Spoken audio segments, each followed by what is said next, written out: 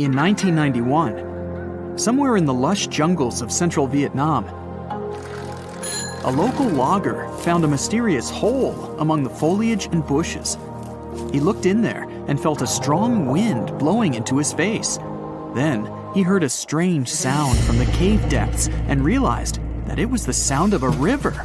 The logger didn't check the cave, but decided to go back there with a flashlight and a rope. When he returned, he couldn't find the cave anywhere. He spent a few years searching for it. Finally, in the 2000s, the logger managed to locate it again. In 2009, he brought scientists to this place. They found out the cave, called Sundong, is the largest in the world. There's so much space here that you'll hear a long echo if you shout. Sundong's main passage reaches 660 feet in height in some places, which is more than half as tall as the Empire State Building. The area of the cave is so huge that an entire New York City block with 40-story skyscrapers would fit in there. There's a deep underground labyrinth under the jungles of Vietnam, hiding 3 of the largest caves in the world, and Sundong is number 1 on this list. The vast space inside is filled with various plants, unique microclimates, and different landscapes. There's a real jungle growing underground. It became possible thanks to the collapsed ceiling in some places. It lets sunlight penetrate there from above. There are huge stalactites 250 feet high on the ceilings and walls, which is more than the length of a passenger Boeing. They've been here between hundreds of thousands and millions of years. Some limestone deposits are more than 450 million years old. It means they've existed since the time long before the dinosaurs. Besides the jungle, there are also many rivers in the cave. They were formed because of rainwater coming down from holes in the ceiling. These rivers are smooth and fast, like slides in a water park. But riding them isn't the best idea, since they can carry you into one of those long labyrinths that the cave is full of. And we still don't know where they're going. You may find yourself in another unknown part of the cave. This is what happened in 2018. 3 divers accidentally discovered new areas in Sundong. The cave turned out to be much bigger than everyone thought. They dove into one of the cave's lakes and reached a depth of 256 feet. At the bottom, they found a separate tunnel. Divers lowered a fishing line with a lead weight there and found out that this place reaches a depth of 394 feet, and the tunnel is more than half a mile long. We still don't know the exact size of the tunnel. Sundong also connects to another huge cave. There are lots of things you can see in Sundong besides underground labyrinths and rivers. You can find spacious rooms with lakes, and you can walk for hours along dark mountain corridors. This place is strikingly beautiful, but dangerous at the same time. And the coolest thing is that you can take a walk here. Since 2013, Sundong Cave has been open to tourists. It's not just an easy walk to take some selfies though. The expedition to the cave lasts for several days. For the first day and a half, you'll explore the 3rd largest cave in the world. And only after that, you'll reach Sundong. The path will take you through rivers, dense jungles, mountains, and rocks. You can meet many exotic birds, monkeys, and other animals. And according to many people, the way to the cave is even more impressive than the cave itself. When you reach your destination, you'll spend the next few days exploring Sundong. Together with other tourists, professional guides, and porters, you'll be sleeping in tents in different places in the cave every day. You'll see some stunning landscapes and, get ready for this, 400-million-year-old majestic fossils. There are also dark rooms with lakes that are good for swimming. Such adventurous expeditions become more popular every year. People who visited the cave call it the most amazing place they've ever seen. Another amazing cave is located in Indonesia, on the island of Flores. It's quite small, but holds amazing things inside. In 2003, a group of scientists discovered ancient artifacts here, including fossils of primitive tools, such as sharpened stones. Scientists realized that hundreds of thousands of years ago, this place was home to our distant ancestors. Then they found a very unusual female skeleton. That woman was only 3.5 feet tall. This is the height of the waistline of an average adult person. That woman had no problems with her spine or with the development of her bones, though. This and other skeletons found in the cave belong to some unknown human ancestors. Scientists called this species Homo floresiensis, or simply, hobbit. The woman's weight was about 35 to 79 pounds. Analysis of the skull and bones showed she was about 30 years old. Hobbits probably lived on Earth between 190,000 and 50,000 years ago. There's a chance they met the ancestors of modern humans. The next cave is in Turkey. Imagine that you live in an old house and decide to make some repairs. You throw all the old stuff out of the rooms. The last place to sort out is your basement. You've hardly ever visited it and have no idea what's hidden there. But it's pretty spacious, so you decide to turn it into a room. You tear down the wall and discover the entrance to the cave. This is a tunnel that leads underground. You walk through the cave and see a real underground city. This happened in Turkey in 1963. One of the locals discovered a secret passage to a lost city in his basement. About 20,000 people could live there. There was enough space for livestock and food supplies. It's not just a maze of tunnels. There's a chapel, a school, stables, kitchens, walls, and other signs of civilization. The city was built in the Byzantine era, in the years 780 through 1180.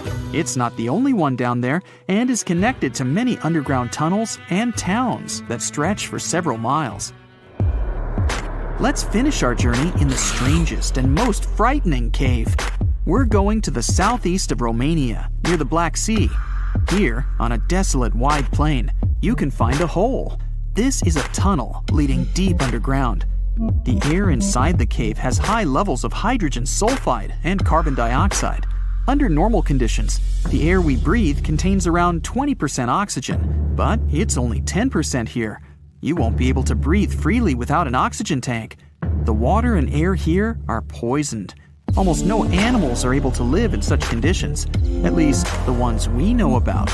And this cave is filled with 48 species of living organisms, 33 of which are new unknown species. Creeping things that live here can scare you, especially if you're afraid of bugs. Strange white snails and white spiders are crawling along the walls. An unknown species of leeches and transparent shrimp are swimming in the water. White millipedes with huge mustaches are creeping on the ground. Here you can also meet an unknown kind of scorpion with a transparent white body that doesn't look like any other kind of scorpion. Nothing here looks like ordinary animals at all. All creatures in the cave are white or transparent. They don't have eyes, but they have long paws and antennae whiskers that help to navigate in space. Plants can't live here without sunlight and clean air. This means that oxygen isn't produced in this place. So how do these creatures manage to survive? The answer is in the water. The surface of the lake and puddles here is covered with strangely moving foam. This substance is a living organism. It consists of a billion bacteria called autotrophs. Ordinary plants absorb carbon dioxide and use photosynthesis to produce oxygen. This cave is filled with carbon dioxide. Autotrophs absorb it and secrete tiny food particles. Bacteria feed on these particles. Larger organisms then feed on those bacteria, and so on. In the end, there's enough food for everyone. This process is called chemosynthesis.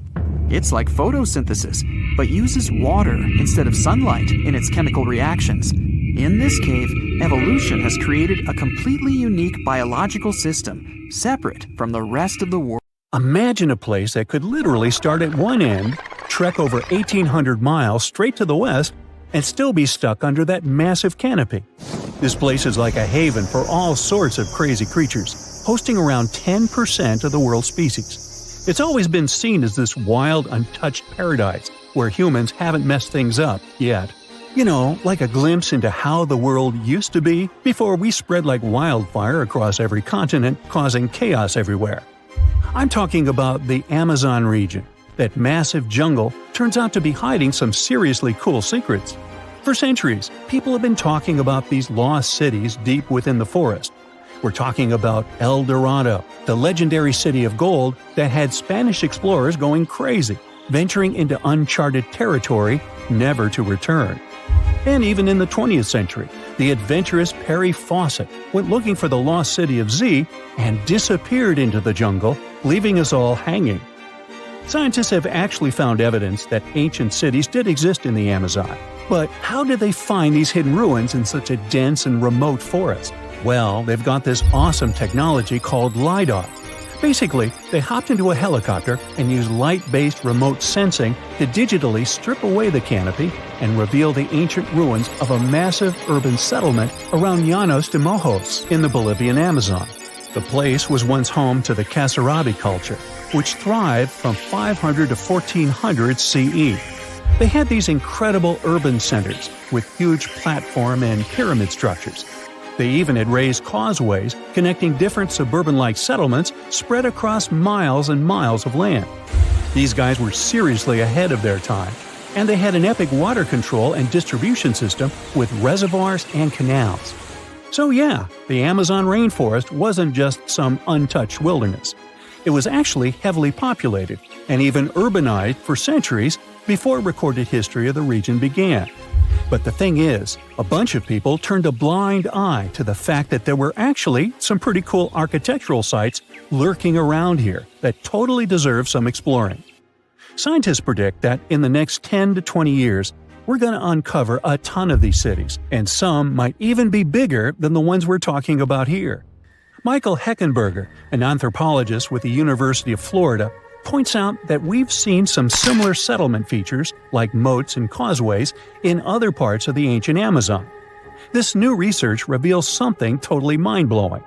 Past examples of urbanism in the Amazon were more like groups of villages connected together, not quite what we'd call urban. You see, they were missing those fancy larger centers with their grand architecture and stuff. But guess what? Llanos de Mojos has got them. This place is the real deal when it comes to a fully urbanized Amazonian landscape. So, in the Llanos de Mojos region, a bunch of ancient settlements have been found. These were home to the Kasarabi people, who were all about hunting, fishing, and farming maize. We're talking about hundreds of sites, spread across 1,700 square miles. But these sites were so remote and hidden in the tropical forest that it was like trying to find a proverbial needle in a haystack. A team of archaeologists weren't going to let that stop them, though. They decided to take to the skies and use some fancy LiDAR mapping technology.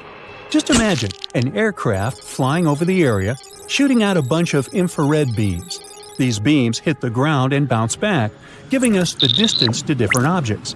It's like creating a super detailed map from above. Using computer software, these genius scientists were able to strip away the trees from the images, revealing the Earth's surface and all the ancient archaeological goodies hidden beneath. And boy, did they strike gold. They found a whopping 26 unique sites, including 11 that nobody even knew existed before. So what about these 26 super cool sites? Among them, we've got Landivar and Kotoka, which are like these huge urban centers. And get this, we already knew they existed, but the new maps revealed they cover 1.5 and 1/2 square miles respectively. These centers are surrounded by moat and rampart fortifications, like something out of a medieval castle. And they've got all sorts of crazy stuff inside. We're talking artificial terraces, massive earthen platform buildings, and pyramids that reach over 70 feet tall. All these epic buildings are actually facing the north-northwest. It's like they were trying to align themselves with the cosmos or something. This kind of cosmic worldview can be found in other ancient sites in the Amazon too. Now, let's take a bird's-eye view and strip away all those pesky trees. We can see these two centers in all their glory, and they're actually connected to a whole network of settlements through a bunch of causeways. Picture it like spokes on a wheel, stretching out for miles. Canals also stretch out from these main centers and connect to rivers and Laguna San Jose. It's like they had their own water delivery system going on. These ancient guys totally reshaped the whole landscape with their crazy cosmology. The only bummer is that their impressive architecture was made from mud brick. While it looked amazing back then, it just wasn't as durable as the limestone used by the Maya. What happened to the Kasarabi and their settlements is still a big mystery. But based on dating at the sites, it looked like they disappeared around 1400 CE, way before Europeans arrived in the Amazon. One theory is that a massive drought hit the region and messed everything up.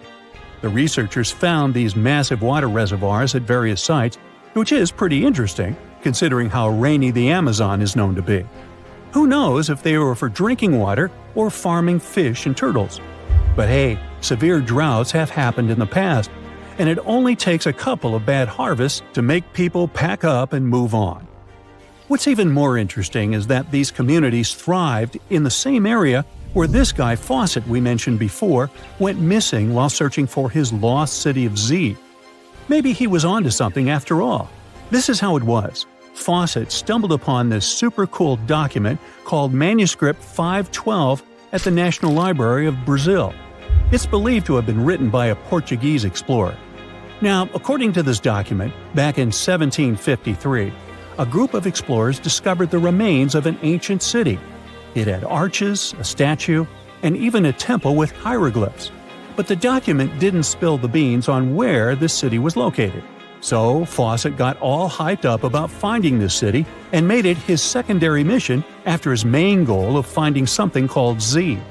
At one point, he had to come back to Britain to run some errands, but in 1920 he decided to give it another shot. Fawcett went on a personal expedition to find the city, but it was unsuccessful. 5 years later, Fawcett, his son Jack, and their buddy Raleigh Rimmel disappeared in the Mato Grosso jungle. Some researchers think that Fawcett might have been influenced by info he got from indigenous folks about this place called Cahicagú. Turns out Cahicagú was discovered by Westerners in 1925, and it had the ruins of 20 towns and villages. Up to 50,000 people might have lived there. And get this, the discovery of other earthworks in southern Amazonia totally supports Fawcett's theory. In 2005, an American journalist wrote an article about Fawcett's crazy expeditions and discoveries. He called it The Lost City of Z. Catchy, right? Well, in 2009, he turned that article into a book with the same name.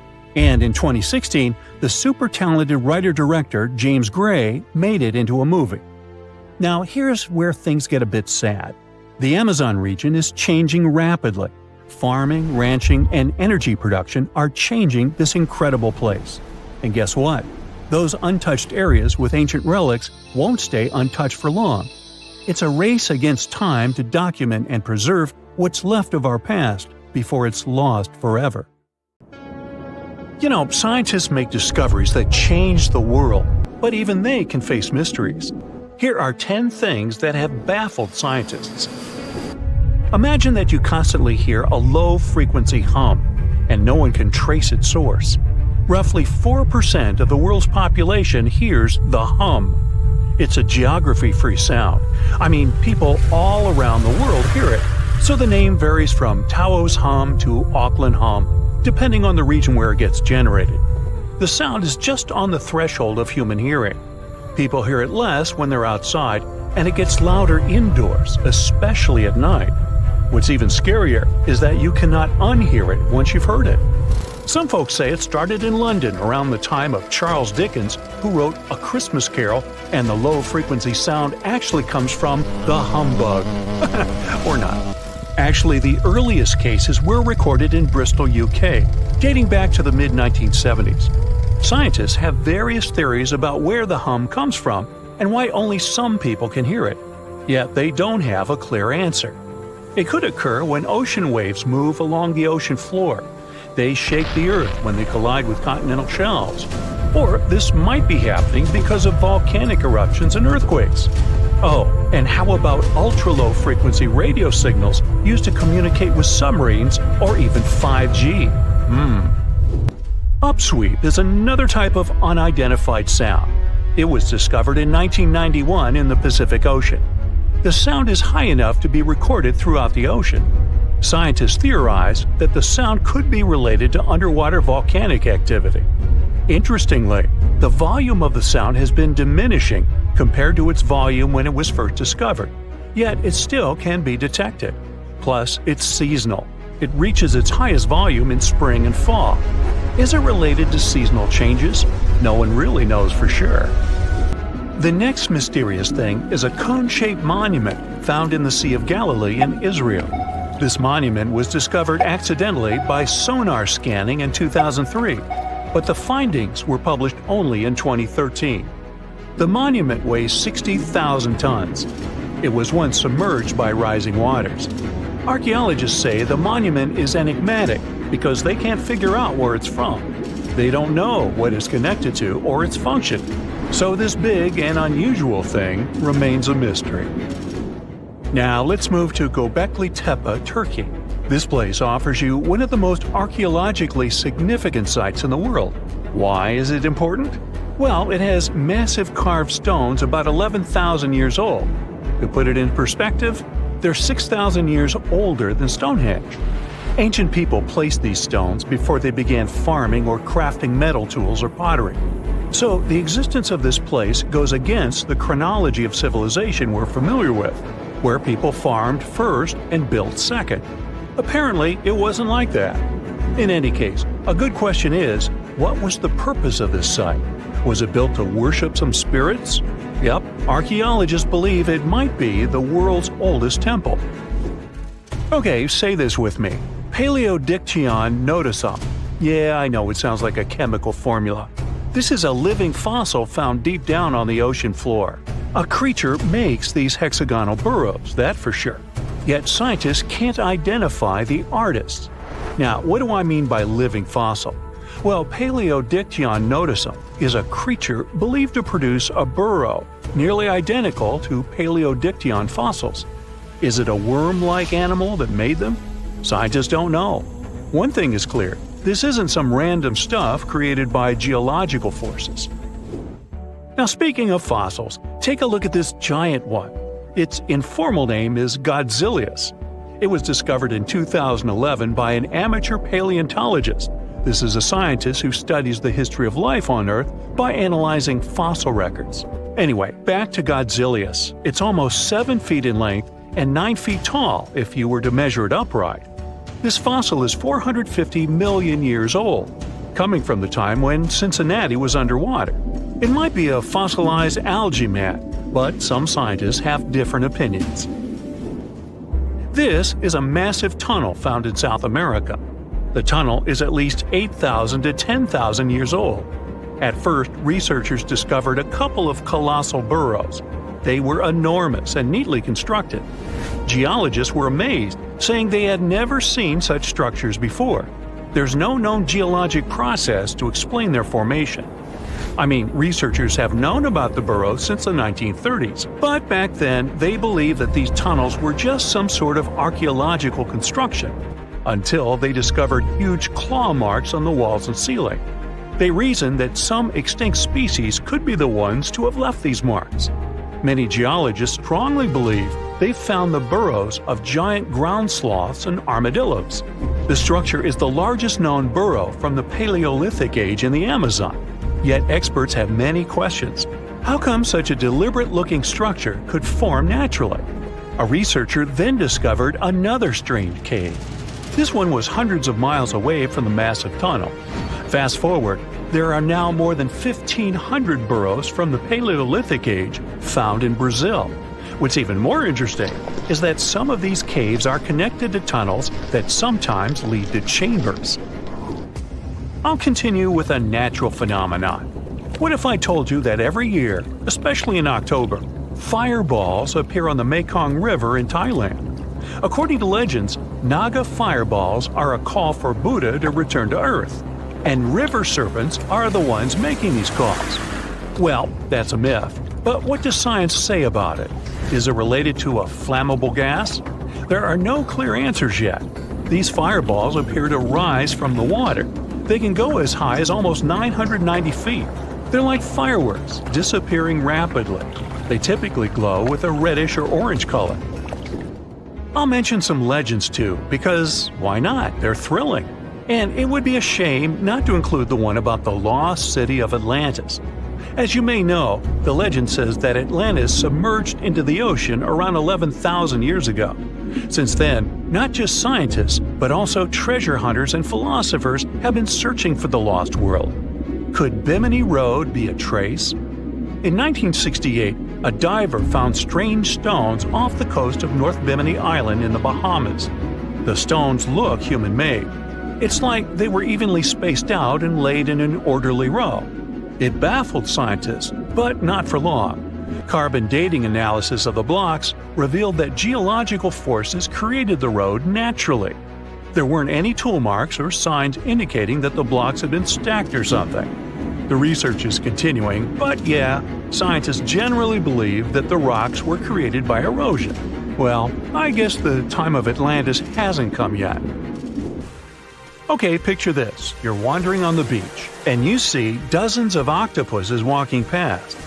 In 2017, a group of people from Wales witnessed exactly this. Why did these creatures come out of the ocean? No one knows the answer. The group reported that they had seen 20 to 30 octopi crawling on the sand. The people looked for some signs of injury, but found nothing. They said that they had carried the animals back to the ocean. Interestingly, these creatures kept crawling onto the shore when people were asleep. Experts say that it's hard to be sure of the reason that pushed the animals to the beach without conducting a physical examination. They're still speculating about the reason behind this unusual and rare occurrence. Could it be overcrowding? Furthermore, the octopi were well armed. A separate study points out that the more fishers hunt large animals that feed on octopuses, the more the octopus population grows. Maybe that's why these creatures have to go farther to find food or shelter. But without proper research, these are only theories. There's a lot we don't know about space, too. So here's a bonus fact about the yellowish source of life in the solar system. Scientists have discovered a new type of wave inside the sun. These waves move in the opposite direction to the sun's rotation. Plus, they move super fast. So fast that it's beyond our understanding. Researchers have different theories about the function of the waves. If they figure out their role, this could give them additional insight into the processes happening inside the sun. And yes, the octopi were well armed. See this place on the map? Yeah, right there. It's estimated that around 100 people have vanished or lost their lives here. Why, you ask? Well, it seems they were all looking for this guy, Percy Fawcett. He was a British colonel, famous for his sharp blue eyes, perfectly groomed beard, and signature hat. He looked like a character from Pride and Prejudice, but lived more like Indiana Jones. In fact, this character was inspired by Fawcett's story. But his disappearance in 1925 was more macabre than any movie plot. Colonel Fawcett was bold. Not the ask your neighbor's Wi-Fi password kind of bold. I'm talking full-on, I don't care that much about my life bold. He used to be a soldier in Sri Lanka and even did a secret spy gig in Morocco, but he needed more. So in 1906, Fawcett started exploring parts of Brazil and Bolivia where no one had dared to go before. His mission was to create secret, mind-blowing maps. Okay, that doesn't sound too risky, but trust me, it was. If you want to explore the world nowadays, you just open Google Earth and, well, that's it. No danger, no adrenaline, just maybe one or two creepy street view photos. Ew. But we're talking about the beginning of the 20th century, when satellites, and this weird Google car, didn't exist. Back then, if you wanted to fill in the world map, you actually had to explore the land on foot. So that's how Colonel Fawcett ended up in South America. And he became famous for his expeditions to map out the wild Amazon. He was the first guy to record the locations of waterfalls in that region, for example. But then he got obsessed. Blame it on lack of sleep or whatever sketchy Amazon jungle juice he was sipping, but suddenly he was like, I'll bet there's an ancient advanced city hidden somewhere around here. Spoiler alert, there wasn't. But he was hooked on that idea. Hanging out with native Indians for so long convinced him that large groups could totally thrive in the middle of a massive rainforest. And of course, Fawcett loved a good old adventure story, especially the ones from the 16th and 17th centuries, written by European explorers. In those stories, adventurers claimed they had found huge settlements and fine roadways deep in the heart of Latin America. But Fawcett's all-time favorite story came from a manuscript written in 1753. Back then, adventurers were hunting for precious metals in Brazil when they stumbled upon a ruined city with monumental buildings, roads, and plazas. Oh, and every corner had a Roman-style spire. Naturally, the colonel was all in to find it. Too bad no one told him this manuscript is mostly considered a forgery. Yep, this story is as real as Snow White's. But then, things got weird. The settlement described in that manuscript was supposedly located in the northeast side of Brazil. But now, he's saying there's an advanced civilization in Mato Grosso, which is in a different part of the country. So he decided to name this new place the City of Z. Back in the 1920s, the colonel launched 2 separate expeditions to find it, but both trips failed, as he faced terrible weather, fever, and of course, exhaustion. Now, tell me in the comments, what do you think Fawcett did after 2 failed expeditions? Option A, he quit.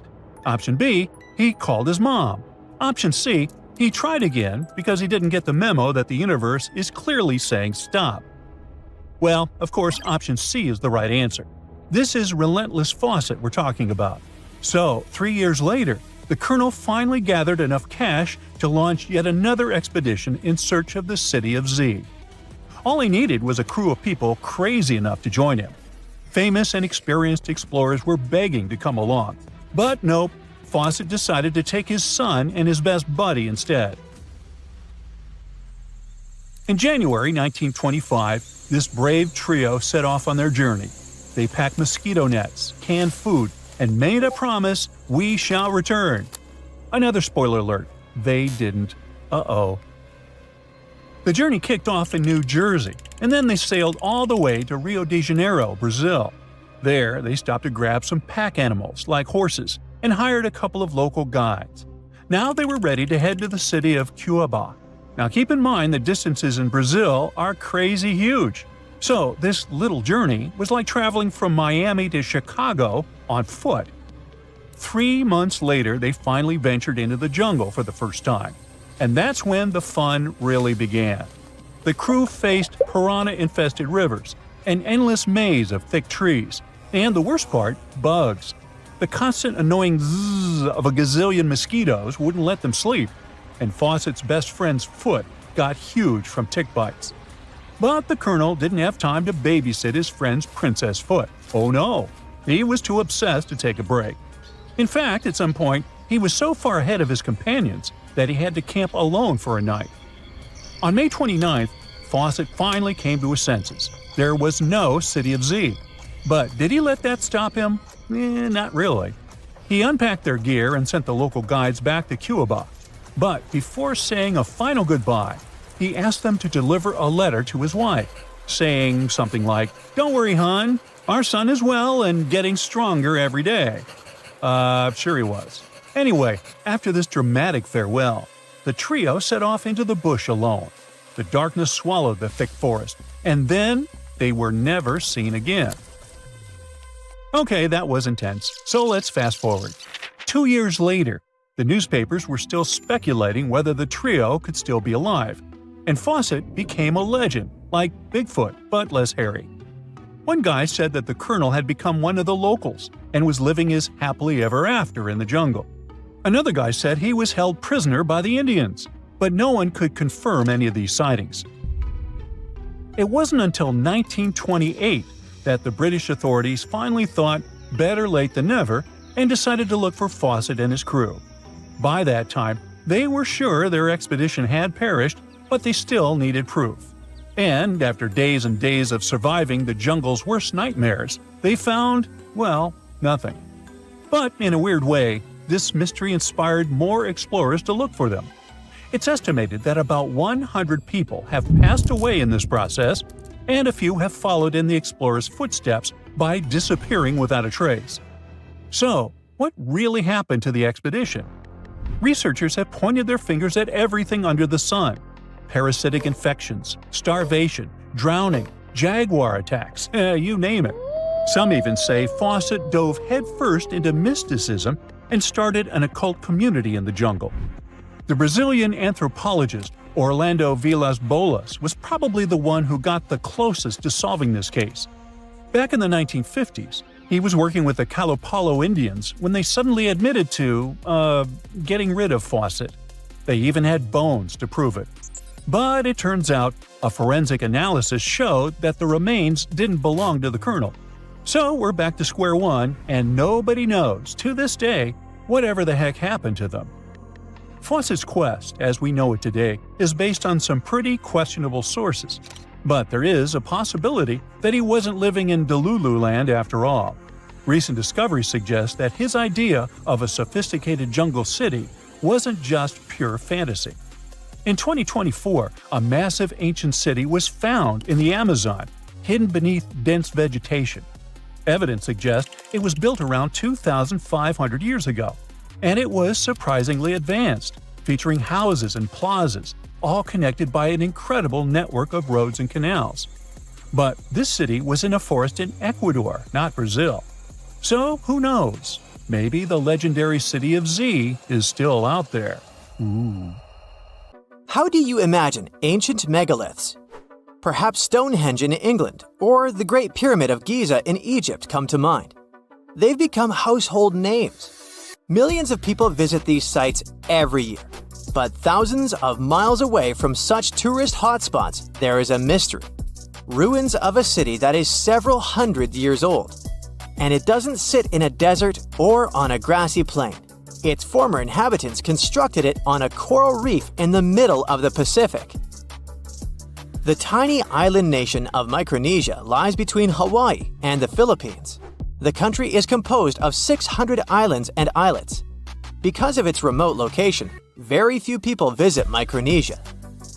The little tourists they have mostly come to go scuba diving in its azure waters. They often miss the opportunity to visit the only ancient city that stands on a coral reef, Nan Madol.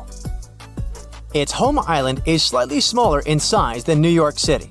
Its ruins are made of heavy stone columns. There are walls and platforms, but one thing is missing: art. There are no ancient carvings to help archaeologists determine how ancient islanders constructed the site. Still, an international team of researchers was able to date Nan Madol. They presume that the history of the city goes back to the very end of the 12th century. For reference, these were the High Middle Ages in Europe, right around the time Richard I became the first king of England. In the Caroline archipelago where the island sits, this was the time when a powerful dynasty reigned over the island nation. Its chiefs ruled for 1,000 years and unified the islanders. This enabled them to construct something as imposing as Nan Madol. One of the local legends said that the final resting place of the first of these chiefs was somewhere among the ruins. National Geographic launched an expedition to investigate this oral history, and sure enough, they discovered a tomb.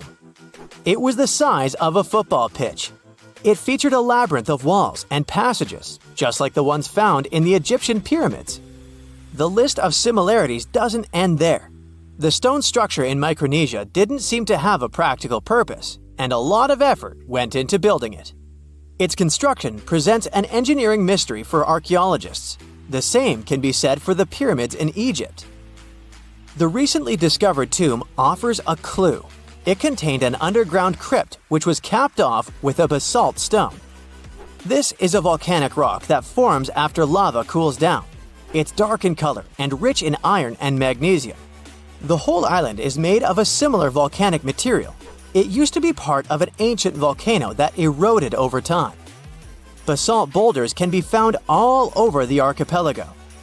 They're in the shape of long hexagonal columns. The shape is not unusual and can be found all over the planet. Perhaps the most impressive sight of basalt columns is Giant's Causeway in Ireland. These rocks formed from 1 to 8 million years ago. The locals probably sourced them from several quarries on the island. This is where the mystery begins. They each weigh several tons, so it's unclear how the natives transported them to the site. They had to navigate the entire width of the island and a lagoon covered with mangroves. These are dense shrubs and trees that grow near the coastline. And the size of the site is impressive. It spans close to 190 acres of a shallow coral reef. That's 4 times the surface size of Grand Central Station. As you might know, the Great Barrier Reef off the northeastern coast of Australia is the largest coral reef system on the planet. But it's a completely natural formation. The coral reef that supports Nan Madol isn't. It's man-made. Stone structures there rest on around 100 artificial coral reefs. The tribes that used to live in the area constructed each and every one of them. They stand at a height of about 3 feet above the waterline. Archaeologists were amazed by the clever building technique. Ancient builders would paddle out at low tide and retrieve coral from the surrounding waters. The conditions for it to grow fast here were perfect. Then, they placed parts of the coral inside underwater frames of stone. Once the first level was filled in, they added another row of stones and repeated the process. This allowed the foundation to rise above the water level. These islets were crisscrossed with tidal canals. The site had 12 walls to protect it against the sea. Harbors today still have similar breakwaters. The general layout of Nan Madol earned it the nickname the Venice of the Pacific. The coral base was strong enough to support the weight of all those basalt columns. Some estimates reveal that all the stones used in the construction weighed 250 million tons. This makes sense when we look at the largest monoliths on the site. These are massive stones that can be both artificial and naturally occurring. An individual cornerstone from the city walls weighs close to 55 tons, and there are several of them stacked on top of each other. The wall they form is higher than a telephone pole. In 1995, the Discovery Channel did an experiment for a special on Nan Madol. They constructed bamboo rafts to test how the ancient builders moved stones around. They were a fraction of the width of the real monoliths. The rafts sank almost immediately. The site's been sitting uninhabited for centuries now.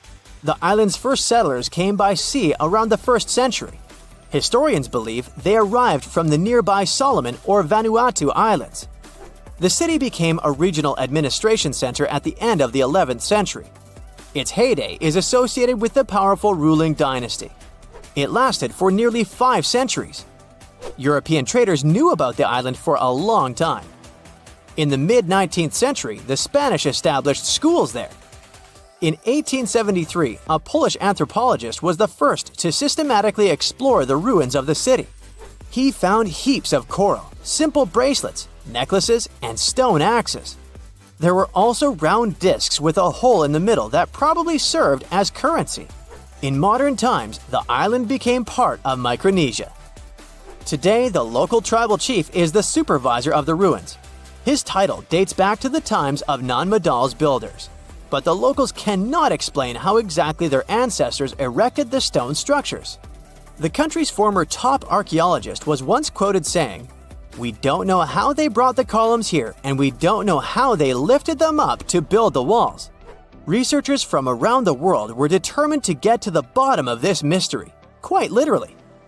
In 2019, an American team of scientists performed the first ever LiDAR scan of the site. This type of radar uses laser wave pulses to scan under the surface of the Earth. This allows the technicians to create a 3D image of the ground below. The scan revealed a complex irrigation system on the tiny island. This probably explains how ancient Micronesians were able to supply the nearby settlements with drinking water. When it comes to food, it was probably boated in. According to the local population, historians estimate that at the time of the city's construction, 20 to 30,000 people lived on the island. In 2016, UNESCO inscribed Nan Madol as a World Heritage Site. The future of the city is uncertain because of the state the waterways are in. They're overgrown with mangroves. The vegetation is undermining the existing structures, and more can be done to promote the place as a tourist attraction. The site gets about 1,000 visitors annually. Compare that to 50,000 people who visit Easter Island each year. Both destinations are pretty far away from the nearest mainland. The distance from Nan Madol to California is more than twice the length of the Mississippi River. You are lost deep within the jungle in the Yucatan Peninsula in Mexico. There are strange noises all around you, and to make it worse, the sun is setting. Soon, you'll be alone in the middle of an unknown rainforest. Guess it was a pretty bad idea to come looking for El Dorado on your own, wasn't it? You keep walking as fast as you can when suddenly, wait, what's this you're seeing?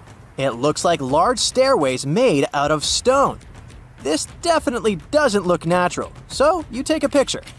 Maybe you didn't strike gold, but you might have just found something relevant. Congratulations, you found Akamtun, a long-lost Mayan city, hidden 37 miles into the jungle. The name literally translates to stone column. Stone was probably in at the time, so these guys used a lot of it to build their pyramids, houses, and even ball courts.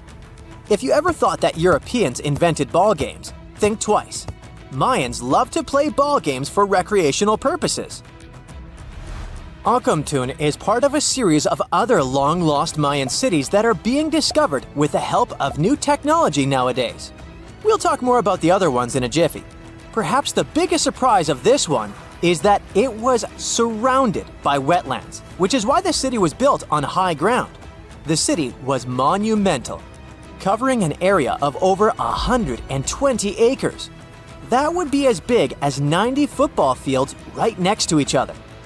Scientists have found proof that Akamtun had pyramids of up to 49 feet high, and that it was likely an important social hub between 250 and 1000 CE.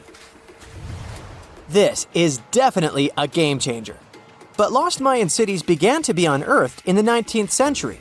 Modern technologies, such as LiDAR imaging, help archaeologists see through dense canopies of the forests.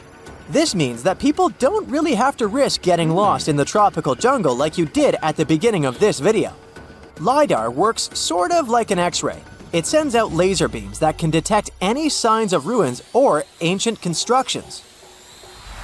According to space archaeologist Sarah Parchak, satellite imagery has been a key player in discovering ancient cities in South America, Egypt, and other places. Sarah herself spends most of her days scouring images for any signs of where there could have been cities long ago. She says that more often than not, what happens is that ruins are covered by vegetation, soil, or sand, which makes them super tricky to find. But thanks to these awesome tools, scientists also made the huge discovery of ancient Mayan causeways, which spread throughout old Mayan territories. I mean, take a look at these roadways. You'd expect to see ruins like this in places such as Portugal, England, or the United States. I'm talking about 130 feet wide roads painted white to help travelers journey through the nighttime. Scientists recently unearthed a 110-mile network of roads such as these, and they think this dates back to before the first registered Mayan highways we've known so far. These roadways, which sometimes ran over the swampy ground and were even elevated at times, are being called the world's first superhighways. Even if there is no registry of animal-powered vehicles, it's believed that the Maya used them to travel around a network of possible 964 settlements. They were built like a huge spiderweb, and from what archaeologists have gathered, this huge system of roads worked to connect a big system of economic and social interactions between Mayan cities. This completely debunks the traditional idea that the Mayan pre-classic period, which dates back to 2000 BCE, was made of small, tribal settlements. Imagine the manpower and engineering ability you need to muster to build something close to these white highways. Scientists believe that these causeways were built pretty much the same way as the Mayans built their pyramids, with a mixture of mud and quarry stone. Oh, and using several layers of limestone to make them white.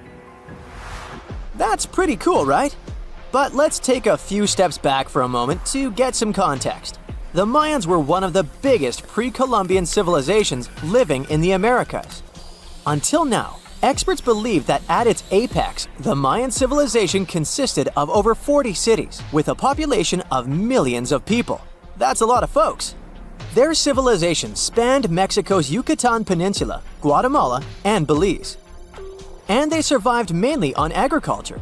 The thing is, the Yucatan Peninsula was an extremely difficult place to grow crops. So the Mayans had to develop a complex irrigation system in most of their cities. They built a series of ceremonial buildings, pyramids, and plazas. The Mayans might have been keen pyramid builders, but they also developed an advanced astronomical system. With whatever ancient technology they had, they were able to predict the exact location of planets such as Venus and Mars, as well as the exact dates of eclipses. If you've ever seen examples of ancient Mayan cities, this is Tikal. Located at the heart of the Guatemalan jungle, Tikal is believed to have been the capital of the ancient Mayan conquest state. At its height, it was comparable in importance to cities such as London or New York in today's world. It's composed of a series of complex monuments. The North Acropolis is one of Tikal's most ancient complexes of monuments. Built solely by human hands around 350 BCE, it served as the resting place of kings and chiefs. Its monuments are up to 200 feet high. Back in the day, the step pyramid temples were painted a beautiful red. Mayans loved that color. Today, of course, you'll only see the limestone. Then there's Chichen Itza. It's got one of the best preserved pyramids on Earth to date. Located in Mexico's Yucatan state, this Mayan city is well over 1,500 years old. At its peak, it was home to 35,000 people. The site covers 4 square miles of land. The highlight is El Castillo, a tremendous step-like temple standing 80 feet above ground. Its most peculiar feature is that it has 91 steps up each of its 4 sides, including the upper platform, which makes for 365 steps, the same number of days as the solar year. You can see that these folks were a pretty big deal, huh? That's why nobody can really understand what happened to them. There's a big lack of evidence on the decline of this almighty empire. What could have been the cause of their demise? Was it a drought? New research in 2017 did bring some new discoveries into the mix. Using data from a site at Ceibal, located at southwest of Tikal, scientists analyzed radiocarbon data from ceramics and archaeological excavations to extract new information about the unexpected demise of this great civilization. The information shows that instead of a sudden collapse, the Mayans most likely fell in waves of social instability and political crises. These events are believed to have deteriorated Mayan city centers and began causing the dispersion of the Mayan population. It's hard to pinpoint the exact causes, though. But hey, recent discoveries are shedding a big light on humanity's past. Not only about the Mayan Empire, but about other long-lost civilizations of South America. A major recent discovery in Brazil was done using satellite imaging technology and is also shocking scientists. Some images from near the Xingu River, also in the Amazon, suggest that cities of millions of people might have existed inside the jungle, way before our modern civilization ever existed. I mean, if this doesn't shock you, I don't know what will. Satellite imagery also detected a network of trenches dating back to 200 and 1,200 CE in the Bolivian Amazon forest. These proofs suggest settlements that could have supported around 60,000 people right in the middle of the Amazon forest. When researchers from the University of Florida went on ground to check the satellite information, they were shocked to find several mounds that were accompanied by ditches and geoglyphs.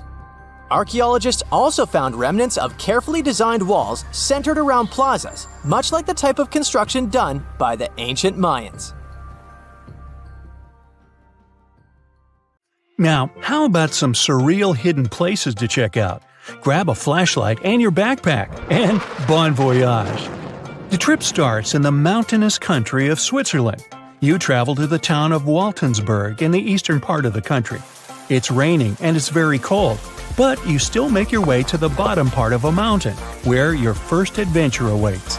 After climbing up high in the mountains, you see a strangely shaped castle. To get there, you must walk up an extremely narrow pathway. Don't look down, you think to yourself. You tighten the straps of your backpack and manage to walk along the pass. Standing at the door of the castle, you really can't believe what you see. A 13th century fortress built entirely of stone. Today, all that is left of Krafenstein Castle is mainly its ruins, but their condition is good enough to get an idea of what the place looked like back in its glory days. You take your time to explore the castle inside, but honestly, this place gives you the chills and you're ready to move on. The next place on the list is Turkey. A plane and then a car ride later, you arrive in the city of Churum in the northern part of the country. On the outskirts of Churum, you find a valley filled with old, overgrown mountains and see the beginning of the trail you're about to hike. The way is extremely steep, but it leads to a secret door carved in the mountain. Congratulations! You've just arrived at Kapilikaya. The huge door is a massive arched stone that blocks the entrance to a hidden building. Experts think it has existed since the 2nd century BCE. Unfortunately, the huge door won't open, so what's hidden inside is a mystery today. It's guessed that there is a room inside. Some locals say there's a treasure hidden there too, but until today, no one has managed to enter the place to check. Okay, it's time to get moving before night falls. Next, you get the unique opportunity to travel to Ethiopia. Wandering around the city of Lalibela, you stumble upon a huge pit carved in the ground. You approach it carefully, and soon enough, you see a magnificent terracotta building, so richly detailed it leaves you mesmerized. But that's not all. There are 10 other pits just like this one, hiding King Lalibela's 12th century buildings. All 11 constructions are different from one another, yet share a similar recognizable style.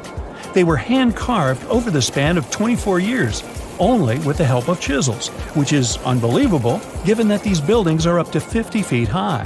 That's about as tall as 5 African elephants stacked on top of each other, if you could do that. This unconventional way of construction made them entirely monolithic, meaning they were carved out of just one gigantic piece of rock. Pretty impressive, huh? Once you leave Ethiopia, you grab a flight to southern Italy, right there on the tip of the boot. No hiking is needed here. Whew! Your friend takes you to a site called Sassi di Matera. It's a Paleolithic city carved in the slope of a steep hill. You might feel like you've traveled in time here, as local stone houses and ancient buildings are unlike anything you've ever seen before. The site, also known as De Sassi, is suspected to be one of the first human settlements in Italy, dating back to over 9,000 years ago.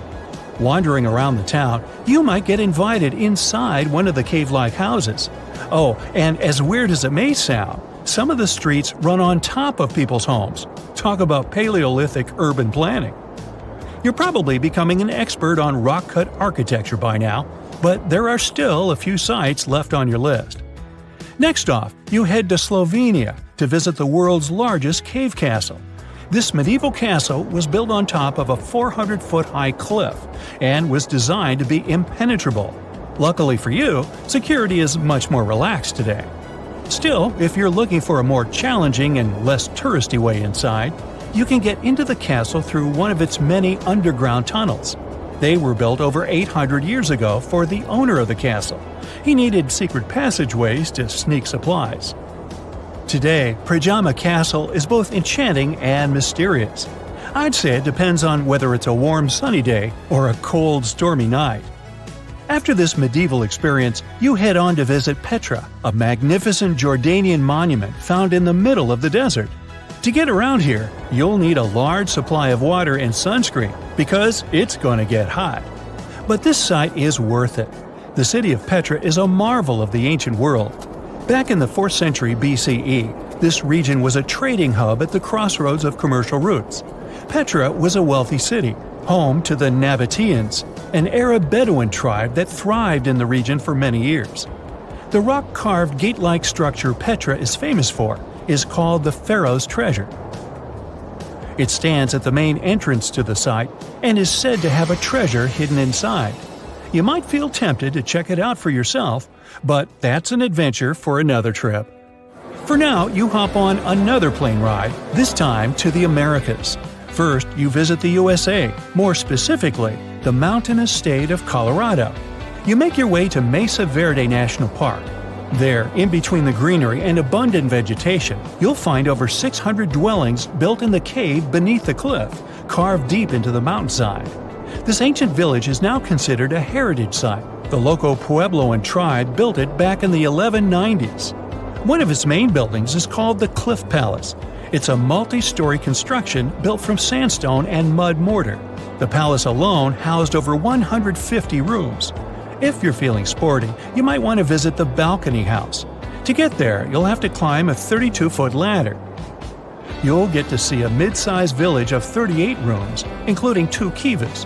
Those are traditional chambers that were built by the Puebloans for ceremonial purposes. Still, in the U.S., you make your way to the hills of South Dakota. You're there to visit one of the world's most impressive human-made sculptures on Mount Rushmore. What's so mysterious about this place, you might ask? Well, during Mount Rushmore's construction, a 70-foot-long secret tunnel was built behind the head of Abraham Lincoln. The tunnel was supposed to hold all the documents and artifacts important to the United States history. After the designers thought it through, they decided it was better to hide them in a safe box in the floor of the tunnel. The box holds the history of how Mount Rushmore came to be carved, as well as a brief history of the U.S. and the 4 presidents depicted on the mountain. Amazing, right? Now, you're headed down to Machu Picchu, a South American site hidden between the Peruvian mountains. Machu Picchu itself is already a mystery. Researchers still don't know why or even how the ancient Incan civilization managed to engineer the stone-built citadel all the way back in 1450 CE. To get there, you must endure a 3-day hike, reaching the impressive altitude of 8,000 feet above sea level. Or you can get a train, but that's no fun, right? You're here to check on a relatively new discovery. Back in 2010, French engineer David Crespi was taking measurements of the Inca ruins when he noticed a door he had never seen before. It was sealed off by stones. He went back to the site a few months later with an electromagnetic scanner. The scanner, which could detect objects behind walls, showed there were copious quantities of metals behind that sealed door. The researcher contacted the Peruvian authorities requesting to remove the rocks, but they didn't authorize it. As of today, the door is still locked. Whew, this trip was long, wasn't it? Make sure to get some rest, Indiana Jones. A comfortable abode with a gorgeous view of the Mediterranean Sea will serve as a perfect rain shelter. Well, this is what a real estate advertisement might have looked like for Neanderthals 100,000 years ago.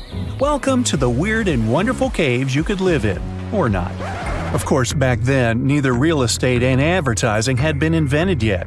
Never mind the fact that Neanderthals couldn't build houses and often lived in caves. Yet, one of those caves looks an awful lot like a residential building. It's situated inside a high limestone cape called the Rock of Gibraltar. If the Neanderthals had had an economy, the caves inside this rock would have cost a bundle.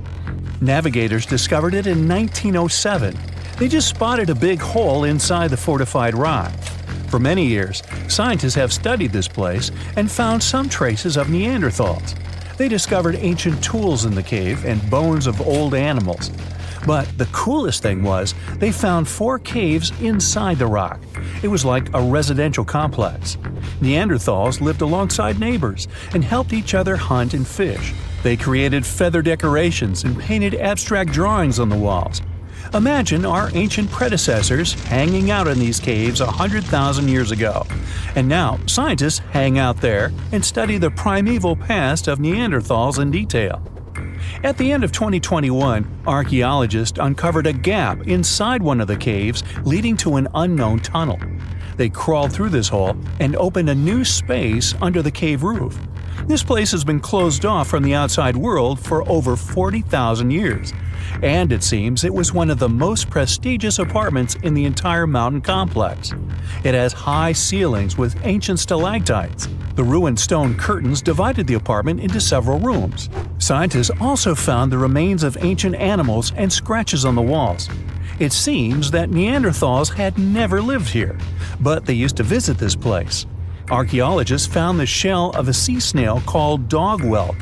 One of the Neanderthals brought it here for some reason, but the primary owners of this place were hyenas. These caves show that Neanderthals were closer to humans than to monkeys.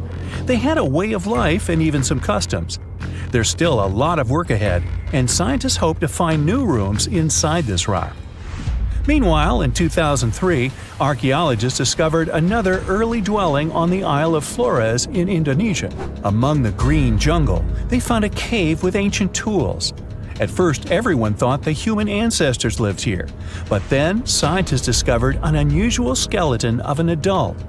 A thorough analysis showed the skeleton belonged to a 30-year-old woman, 3.5 feet tall, just above the waist of an average adult.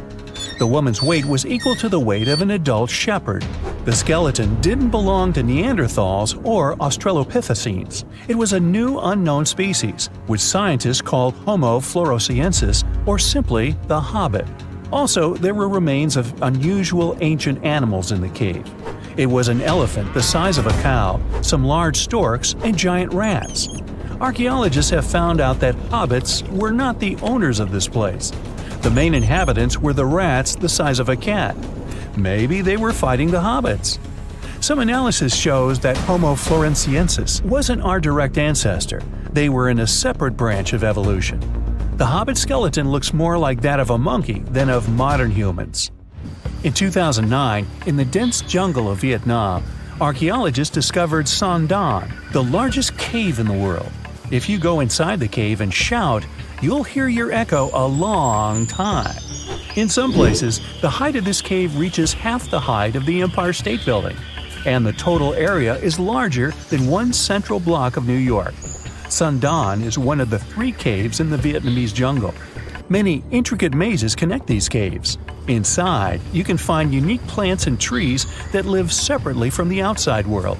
It's a real underground jungle. In some places, you can find collapsed ceilings that let the sunlight in. Besides unusual trees and plants, ancient stalactites hang there. Some limestone deposits are more than 450 million years old. They were here even before dinosaurs appeared. There are also many rivers in the cave. Rainwater coming down from holes in the ceiling has formed them. Fast streams resemble slides in a water park. They lead to unknown underground labyrinths. Scientists have studied only a small part of all these caves. The next unusual cave is in New Zealand. Hundreds of thousands of fireflies live inside. Each of them glows with a blue light. Together, they light up the cave. It may seem to you that you're on another planet, but you can't stay there for a long time. Special air measuring devices are everywhere. Scientists monitor the level of carbon dioxide necessary for the normal existence of fireflies. These insects are sensitive to the environment. If there are many people in the cave, or they stay there too long, the park staff will ask them to leave the place. It's like you're literally stealing oxygen from the fireflies. We've seen some pretty amazing caves so far, but how about a scary one? We're going to the desert of Yemen's Al-Mara province. What we're looking for is not a cave, it's just a black hole in the ground, right in the middle of the desert. It's big, the size of a basketball court. It's not its size that could scare you, but what's inside. Scientists are still not sure what it is. From the depths of this black abyss, a disgusting smell of rotten eggs constantly comes out, and sometimes you can hear some strange, frightening sounds. The blackness of the giant hole in Yemen absorbs all the sun's rays, so you won't see what's there even with a powerful flashlight. People flew over this place by helicopter. They filmed using drones and the most powerful lenses, but they didn't catch anything except darkness. It looks like a big ink spot in the middle of golden sand. The locals are afraid to approach this place. They believe the cave leads to another dimension where evil creatures live. At the moment, the giant hole in Yemen is one of the most poorly studied and mysterious phenomenon of nature. How did it appear? How old is it? Where does it lead? Scientists are trying to find the answers to these questions. There are theories that the hole appeared because of construction work. Geologists drilled the soil nearby in search of minerals. It could have caused fluctuations in the Earth's crust and collapsed the surface. But no one can prove this theory, yet. And now, imagine a place where sunlight has not penetrated for more than 5 million years. There's little oxygen, and it's cold and damp. Still, life is born in this place, not only microbes and bacteria, but also something bigger. The living conditions in this cave are very different from the usual ones, so, in a sense, this cave is like another planet. It's the Movil Cave in the southeast of Romania, near the Black Sea. The entrance is a small hole in the ground. Inside, a tunnel leads deep below the surface. The levels of hydrogen sulfide and carbon dioxide are above normal inside the cave. The air here is half as much oxygen as on the surface. People can't be here without an oxygen mask. but other creatures living here can. The cave is home to 48 species of living organisms. 33 of them are unknown. Here you can meet some unusual insects, white snails and white spiders, millipedes with huge whiskers, transparent shrimp, and unique species of leeches. They all live here thanks to the little bacteria autotrophs. They absorb carbon dioxide and release food particles. Bacteria feed on it. Other larger organisms feed on these bacteria, and some bigger organisms eat those little ones. In the end, everyone gets food. In this cave, evolution has created a biological system separate from the rest of the world. So, imagine you're 15 and you get bored of playing video games. Instead, to pass the time, you decide to give some attention to an old hobby of yours, tracking down lost Mayan cities. You've heard that some ancient civilizations are said to have built entire cities based on constellations, so you decide to check out whether that was true for the Mayans. You find a book containing all the constellations the Mayan civilization believed to exist. You open good old Google Maps and map every ancient Mayan city discovered to date. You start seeing that this information actually matches. And truly, the biggest ancient Mayan cities correspond to the brightest and biggest stars of the Mayan constellations. Okay, this is getting interesting. You manage to map out over 100 ancient cities when you suddenly notice something strange. There's an area in the Yucatan Peninsula in Mexico where archaeologists have unearthed 2 Mayan cities. But on the constellation map, there are 3 stars. Could this mean there is a long-lost city waiting to be discovered nearby? You might think this sounds too daydreaming, but the story is actually true. The previous account happened to a Canadian teenager named William Gaddery. The boy is known as a science genius and had even won an award for the constellation theory we presented just now. When he noticed that a 3rd city was missing from the 23rd constellation he was examining, he began to scour the internet for satellite pictures that could help him solve this mystery. He looked into images from NASA, JAXA, a Japan-based satellite company, and Google Earth. These images were still insufficient to answer his questions, so he reached out to a friend inside the Canadian Space Agency. His friend provided him with state-of-the-art satellite imagery that gave him the answer he was looking for. According to the images, there is a large square area right on the border of Mexico and Belize, which looks like the remains of a city. William took the images to a remote sensing expert known as Dr. Armand Larocque from the University of New Brunswick. They studied the images thoroughly and concluded that the area could be housing 30 buildings and even a large pyramid. The scientific and archaeological community went crazy with the 15-year-old's discovery. Could this really be true? Some background. Lost Mayan cities began to be unearthed in the mid-20th century. Since then, ruins from cities such as Tikal, Palenque, and Uxmal have been rediscovered. The Mayans were one of the biggest pre-Columbian civilizations living in the Americas. They began to settle in the area as early as 1500 BCE. Experts believe that, at its height, the Mayan civilization consisted of over 40 cities, with a population of millions of people. That's a crowd. And their cities were pretty interesting. Their civilization spanned over Mexico's Yucatan Peninsula, Guatemala, and Belize. They survived mainly on agriculture, so they developed a complex irrigation system in most of their cities. They built a series of ceremonial buildings, pyramids, plazas, and even courts for ball games. The Mayans were keen pyramid builders, but they also developed an advanced astronomical system. With whatever ancient technology they had, they were able to predict the exact location of planets, such as Venus and Mars, and they were able to predict the exact dates of eclipses. That's why the methodology William used to discover this long-lost Mayan city was unusual, but not completely surreal. The Mayans were keen astronomers, so it wouldn't be too strange that they built their major architectural feats in relation to the sky, would it? And they wouldn't be the first ones to be doing so. There is a famous fringe of Egyptology dedicated to studying how the Giza pyramids were built in perfect alignment with the Orion constellation. meaning that each pyramid was purposely built to align with one of the major stars of Orion's belt. According to William, he first had the idea to look at the Mayan constellations because he couldn't understand why the Mayans built their cities where they built them. Most major cities, such as Chichen Itza and Uxmal, aren't near any rivers or significant bodies of water. Instead, they're built on marginal lands and on top of mountains, which confused the 15-year-old. His next thought was that it might have something to do with astronomy. William named the new city he discovered Mouth of Fire, which is also my nickname, and he even won a merit award for his hard work.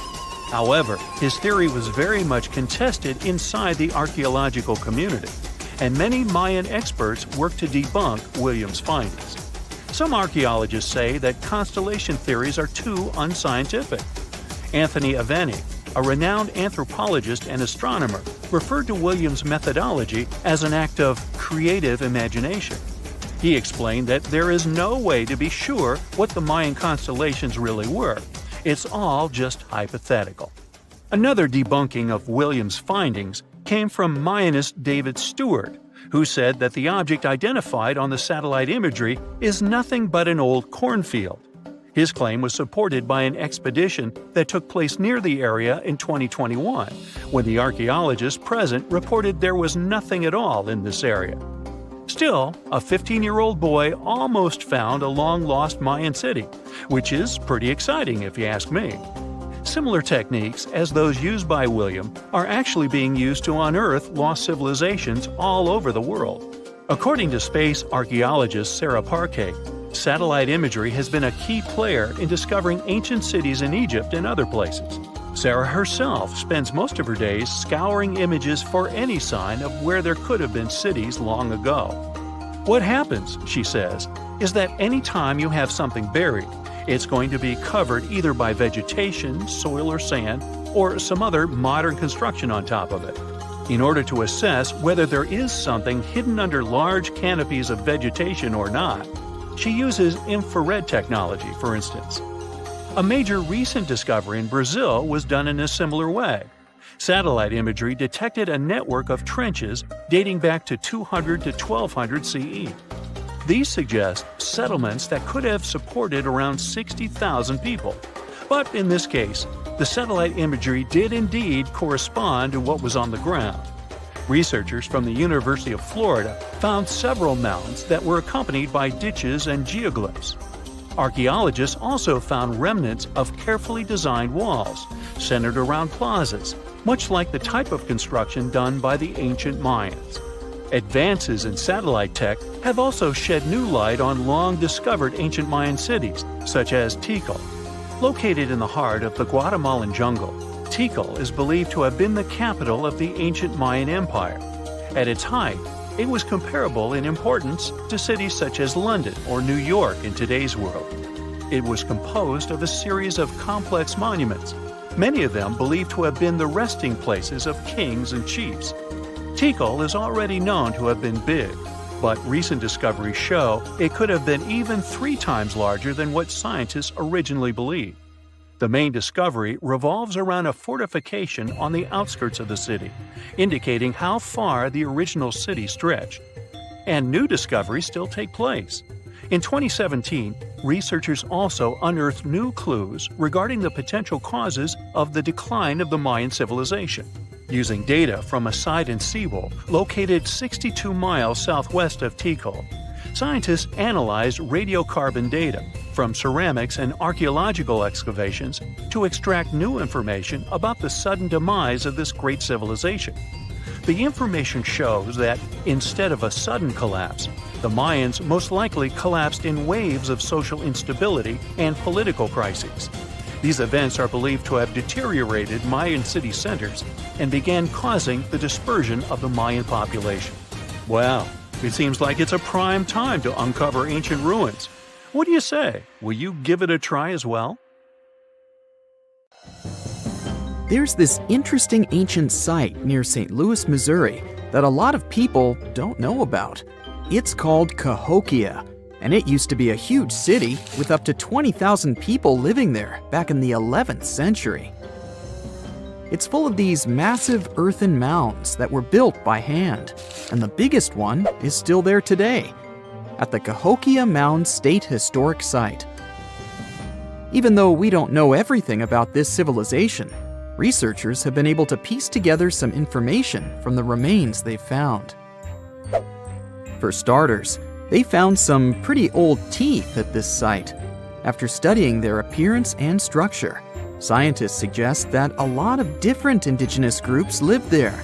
About a third of them came from other areas in the middle of the continent, which they figured out by studying the different levels of various substances in the teeth. And get this, the way the mounds are arranged shows that this was actually a planned-out city, not just a bunch of villages grouped together. The rulers lived on top of the mounds, while everyone else lived in other structures. It's amazing to think that they were doing things like farming, hunting, logging, pottery, and weaving, all within this one giant city. Right in the middle of Cahokia, there was this giant mound that was about 100 feet tall, and around it, there was this huge wooden fence. Inside the fence was the city center, which had a big open space called a plaza. Archaeologists think that the plaza was designed to represent the 4 cardinal directions of the world. It was like the people who built it wanted to create a place that was in harmony with the universe. The center of the city was where they held ceremonies and events, and it was such a big deal that people from outside Cahokia would come to be a part of them too. What became of this city? Hard to tell. Some people think that the reason it fell apart is that they cut down too many trees and the land got all messed up. Other scientists believe that's not true because the soil was still in pretty good shape after the city was gone.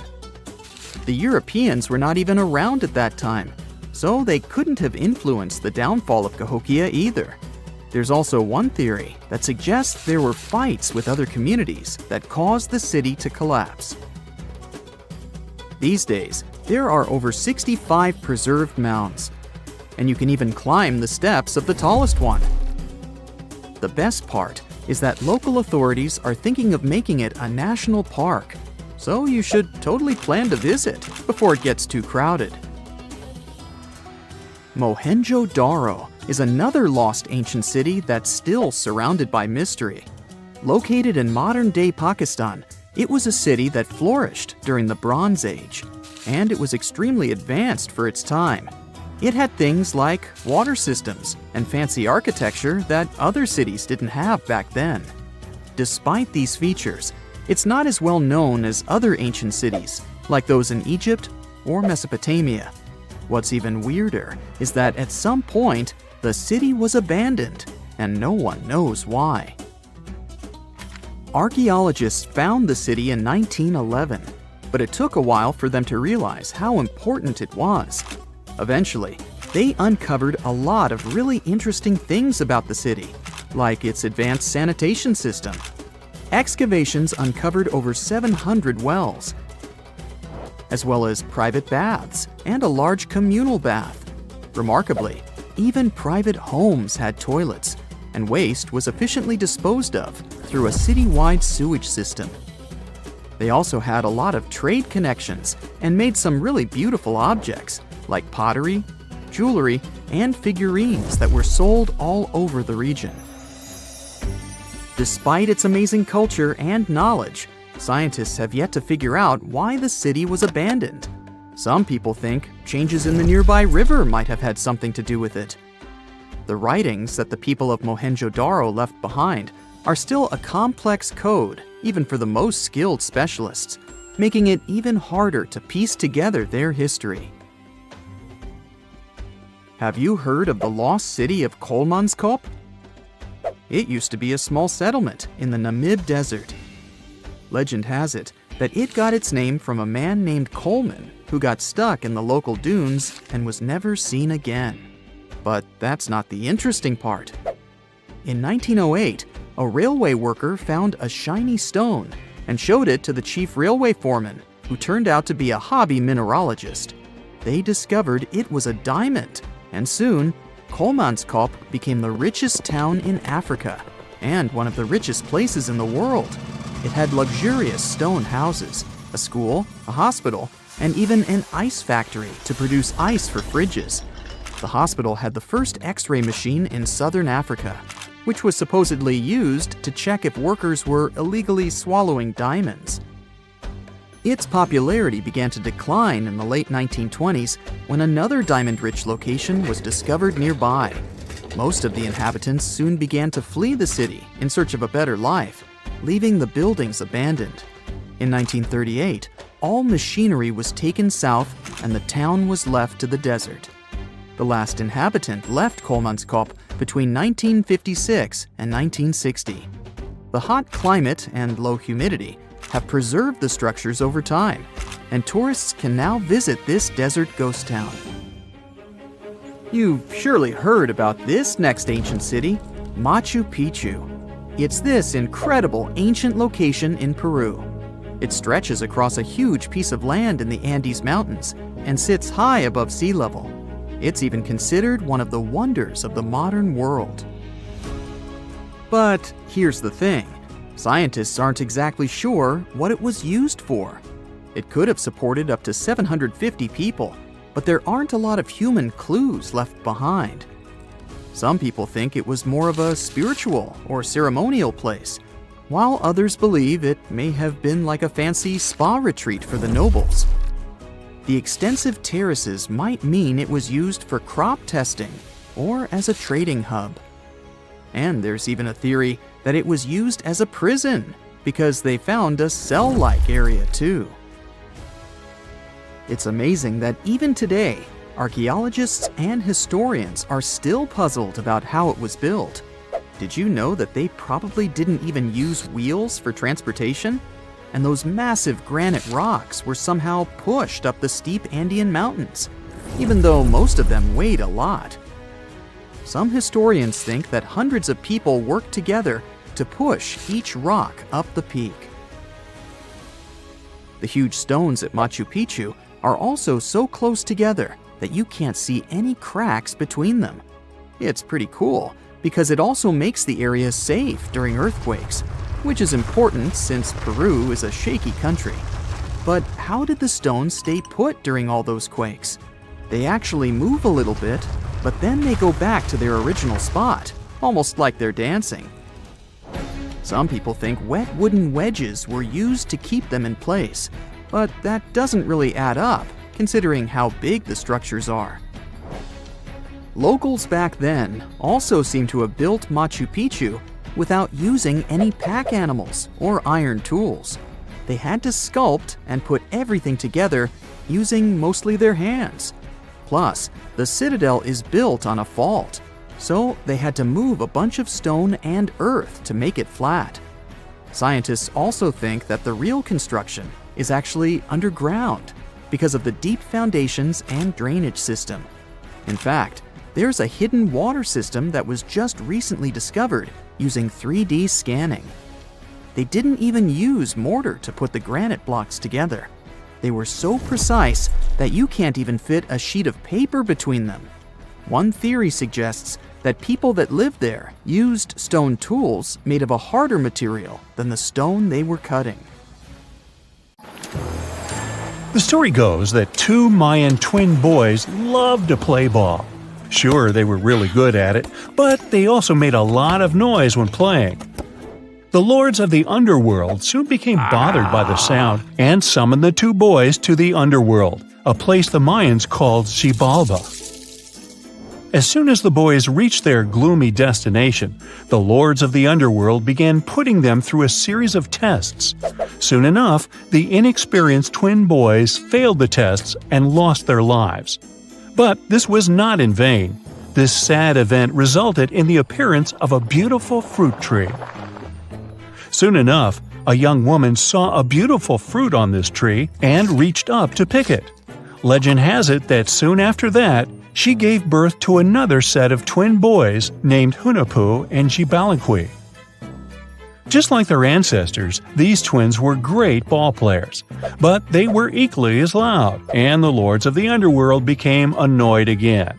They decided to ask this pair of twins to come to play a game in the underworld, hoping to get rid of them too. When the twins arrived, the Lord sent them through a number of frightening places. The first one was the House of Gloom, which was very dark. They then passed through the House of Knives, where they had to avoid getting injured. The twins then built a fire in the House of Cold, so that they didn't freeze, and ran through the House of Jaguars, where they tricked the animals into not eating them. Finally, they entered the House of Bats, where they seemed to have lost their luck. One of the bats managed to run off with Hunahpu's head. The lords then challenged the twins to play ball with them, but the boys were clearly at a disadvantage. Xibalanqui placed a turtle on Hunahpu's shoulders to make up for his lost head, and they began playing. As the lords became distracted by an animal near the court, Xibalanqui stole his brother's head and placed it back in its place. Much to the annoyance of the lords, the twins were now able to tie the game. Hunahpu and Xibalanqui continued to perform a series of tricks for the lords of the underworld. One of them involved Xibalanqui injuring Hunahpu and then bringing him back to life. The lords were so impressed by the twins' performance that they asked them to do the same trick on them. Of course, the twins agreed, but after performing their trick on some of the lords, they refused to revive them. Seeing what had happened, the lords of the underworld admitted defeat and begged for their lives, promising not to intervene in the lives of people ever again. Hunahpu and Xibalanqui were happy to have avenged their ancestors and gained the respect of the lords. Legend has it that the lords of heaven were so impressed by the twins that they took them to live in the sky by turning them into the moon and the sun. The Maya civilization was one of the most dominant indigenous societies in history, and their folklore and traditions are still discovered and studied today. They used to live in a territory called Mesoamerica. It was made up of modern-day Mexico and parts of Central America like Guatemala, Belize, Honduras, Yucatan Peninsula, and El Salvador. They lived from 1800 to 900 BCE and up to 900 to 1500 CE. Apart from their impressive legends, the Maya were very skilled inventors. They're known for their calendars, writing systems, farming methods, and sports. Their writing, for example, was found preserved on buildings and stone monuments, as well as in rare books and pottery. It's a system made out of more than 800 hieroglyphics in various combinations. Each of those signs was said to represent a syllable. Their writing system was deciphered by accident by Tatiana Proskorakov, an American woman who initially studied to be an architect. Since she didn't find a job in her field, she eventually became a Mayanist in her own right, despite not being academically trained. She was the first to notice that the Mayan upended frog glyph meant birth, and that their toothache glyph meant the date when the king ascended to the throne. It made it easier for scientists to pinpoint birthdays, as well as the names of the rulers of a specific Mayan dynasty. They also invented the concept of zero, which is seen as one of the greatest innovations in mathematics, physics, and human history altogether. Sure, even back then, people understood the idea of having nothing, but the concept of zero as a number is a relatively new invention. A fun fact about Mayans is that they really liked hats. The bigger your hat was, the more important you looked. Not only was it a sort of fashion statement, but it also made them look taller, which was a big deal for their aesthetic. The Mayans also came up with one of the most intricate and complex calendars in human history. It was the first to use zero as a placeholder. Their calendar ended on December 21st, 2012, which led some people to believe that it translated to the end of the world. Obviously, that was not the case. It just so happened that the date coincided with the end of a Mayan cycle of years. But you know, as advanced in science and astronomy as they were, they did make some mistakes. One of them was their belief that the world was flat. Their theory was that the four corners of the world were watched by the Brother Lords, who kept the sky from falling over their lands. Hats off for their menus, though, as they were well-known chocolate eaters. They turned eating chocolate into a form of art. The drink they made wasn't really like the hot chocolate we enjoy today, though. The recipe included mixing cacao with water, honey, chili pepper, cornmeal, and other ingredients to make a foamy, spicy drink. The ritual of drinking cacao was a crucial part of their celebrations. We're not done discovering all the amazing parts of their architecture and civilization. It was only a few years ago that a Maya pyramid was found at Tonina, in the Mexican state of Chiapas. It was estimated to be more than 1,000 years old. The reason why it escaped archaeologists for so long was that it lay hidden under what was believed to be a natural hill. The ruins of 2 Mayan cities have been recently discovered in the Mexican state of Campeche.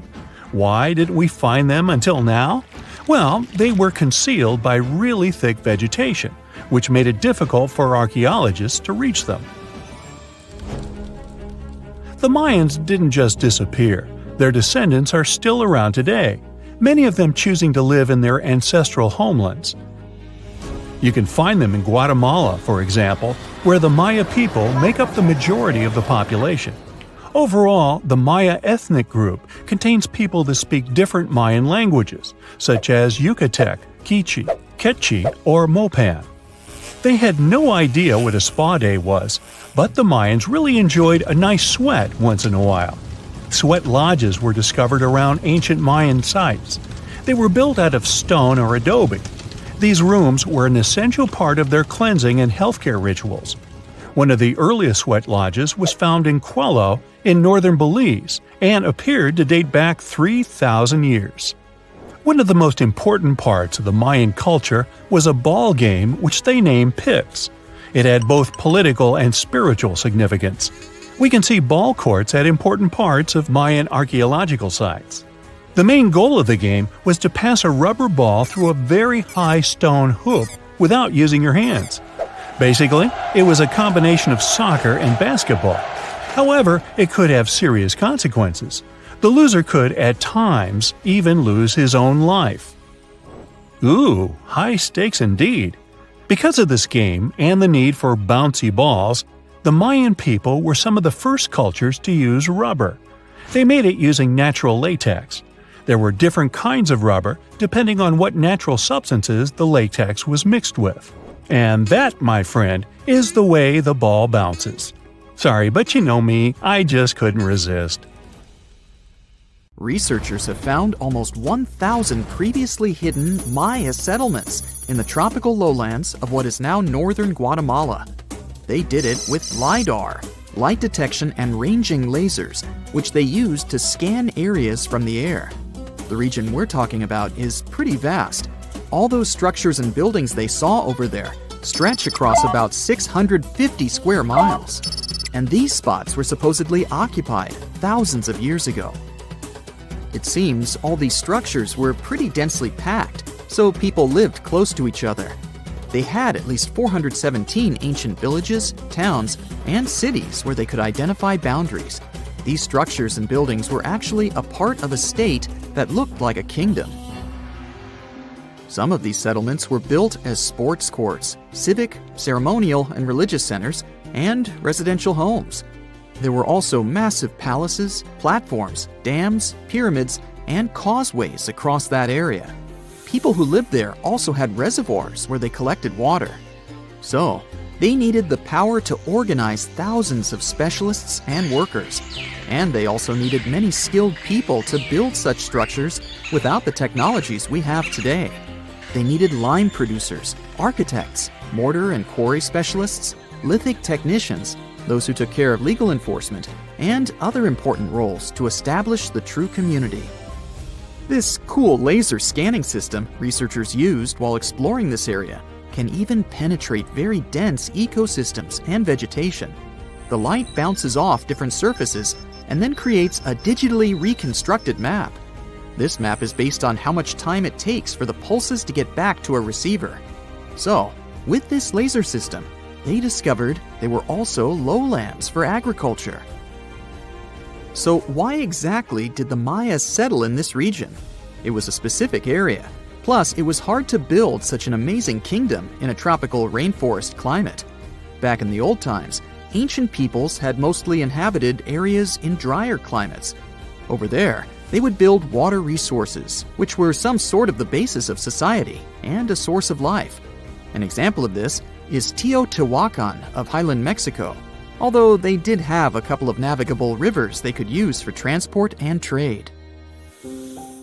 But these rainforest areas had their advantages too. The Maya used natural resources like limestone, which was their primary building material, salt, and the volcanic rock obsidian, which they used for different tools. Also, they managed to find enough dry land to live and build homes there. The lowlands were seasonal swamps called bajos, and they were perfect for agriculture because of the fertile soil. Generally, the Maya built settlements that could endure rainy periods too. They were ready for different circumstances, including flood and drought, which is something you could see in how they built houses. Their architecture was also one piece of evidence that showed their community was like a centralized kingdom-like state, which shows they stuck together through tough times. The Mayan Empire was very powerful, and it reached its peak about the 6th century CE. They were excellent at pottery, agriculture, writing, mathematics, and calendars. They were the ones who created complex calendar systems, such as the calendar round, which is based on 365 days. Although some believe the Mayan calendar predicted December 21st, 2012 would be the end of the world, it was just a coincidence with the end of a certain full cycle. They would call it the long count calendar, and it lasts 5,125 years. The Mayan people left behind an impressive amount of astonishing architecture and symbolic artwork. Most of their stone cities ended up abandoned by 900 CE. No one still knows why the Mayan civilization in that area collapsed, although there are some theories. Some think that by the 9th century, these people had exhausted the resources around them to the point that they could no longer feed and sustain such a big population. Others believe some city-states didn't get along that well, so they broke down the traditional system of power they used to have. Some say it was all because of a very long period of drought. It could be a combination of all these factors, though. But one Mayan city, located on an island, even survived until the 17th century. It was long after the rest of the Mayan civilizations had been destroyed or abandoned. If you're a traveler, you might know the town by its modern name, Flores. Scientists believe about 2,000 people lived there. The earliest Maya people were farmers. They cultivated crops like beans, squash, corn, and cassava. As they had many interesting ingredients, they created hundreds of cool recipes. Many of those are still present even today. For example, in modern Mexican cooking. And especially popular are papayas, cacao, avocados, squash, pineapples, chili peppers, beans, and so on. Even though the Maya mostly practiced a kind of primitive type of slash-and-burn agriculture, there is also evidence of them using some more advanced farming methods, like terracing and irrigation. And they were big chocolate lovers. More than 3,500 years ago, the Olmecs of Mesoamerica probably turned out to be the first to realize that it takes some work for us to get such a cool thing as chocolate. But the Maya were the ones who turned it into a true form of art. Scientists found out about it when they found cacao in Mayan pottery. Their chocolate would be mixed with honey, water, cornmeal, and chili peppers. That's how you get a spicy, savory hot chocolate beverage you can try even today in Mexico and Central America. Also, they used written language in their books. Their paper was made from fig tree bark, and using strips of that paper, they created a large library of books. Books made of this material are called codices, and 4 of these can still be found today. Sadly, many books were lost over time because of the humid climate or some human factors. The classic Maya built a bunch of palaces and temples that had a stepped pyramid shape. They decorated them with inscriptions and reliefs, which have earned them the reputation of being incredible artists of Mesoamerica. For the Mayans, flat foreheads were the most desirable thing on someone's face. They were generally really into aesthetics, and having a flat forehead was one of the main things where you could meet their highest aesthetic standard. They also liked to glam up their looks with makeup and clothing. Also, the Mayans were master tattoo artists. Actually, they were one of the first civilizations that started doing such forms of body art. They had a rich culture and believed in many things, such as fairies. Many civilizations across the globe believed in these mythical creatures, which had different names everywhere. The Mayans called those creatures aluxes. They would make sculptures of aluxes from wood or clay, take them to the forest, and hide in some secret spots. The Maya believed these sculptures would come to life during the night and take the role of guardians of their land, animals, and crops. The Maya believed caves were entrances that led to the underworld. You can even visit some of these caves if you like. For example, you can explore the jungles of Quintana Roo and Yucatan near Cancun. There are many spots where researchers found artifacts the Mayans had left behind. They were one of the first cultures that learned how to use rubber latex and make, for example, rubber balls for the many interesting games they had. They used natural latex and then probably mixed it with some other natural substances. That's how they came up with the bouncy balls they played with. They also built cool steam baths. The Maya had structures made from stone that looked like something we know today as bathtubs. Plus, they were building heated stone structures we know as sweat houses. Researchers found these in El Salvador and Guatemala, and they were previously hidden under volcanic ash. Imagine you could spend an entire week scanning ancient ruins and taking photographs of the world's most surreal archaeological sites. Would you be up for it? So, let's do some digging. The first stop on your busy itinerary is Southeast Asia. It's home to some pretty cool ruins. You start in Bagan, located in the hinterlands of Myanmar.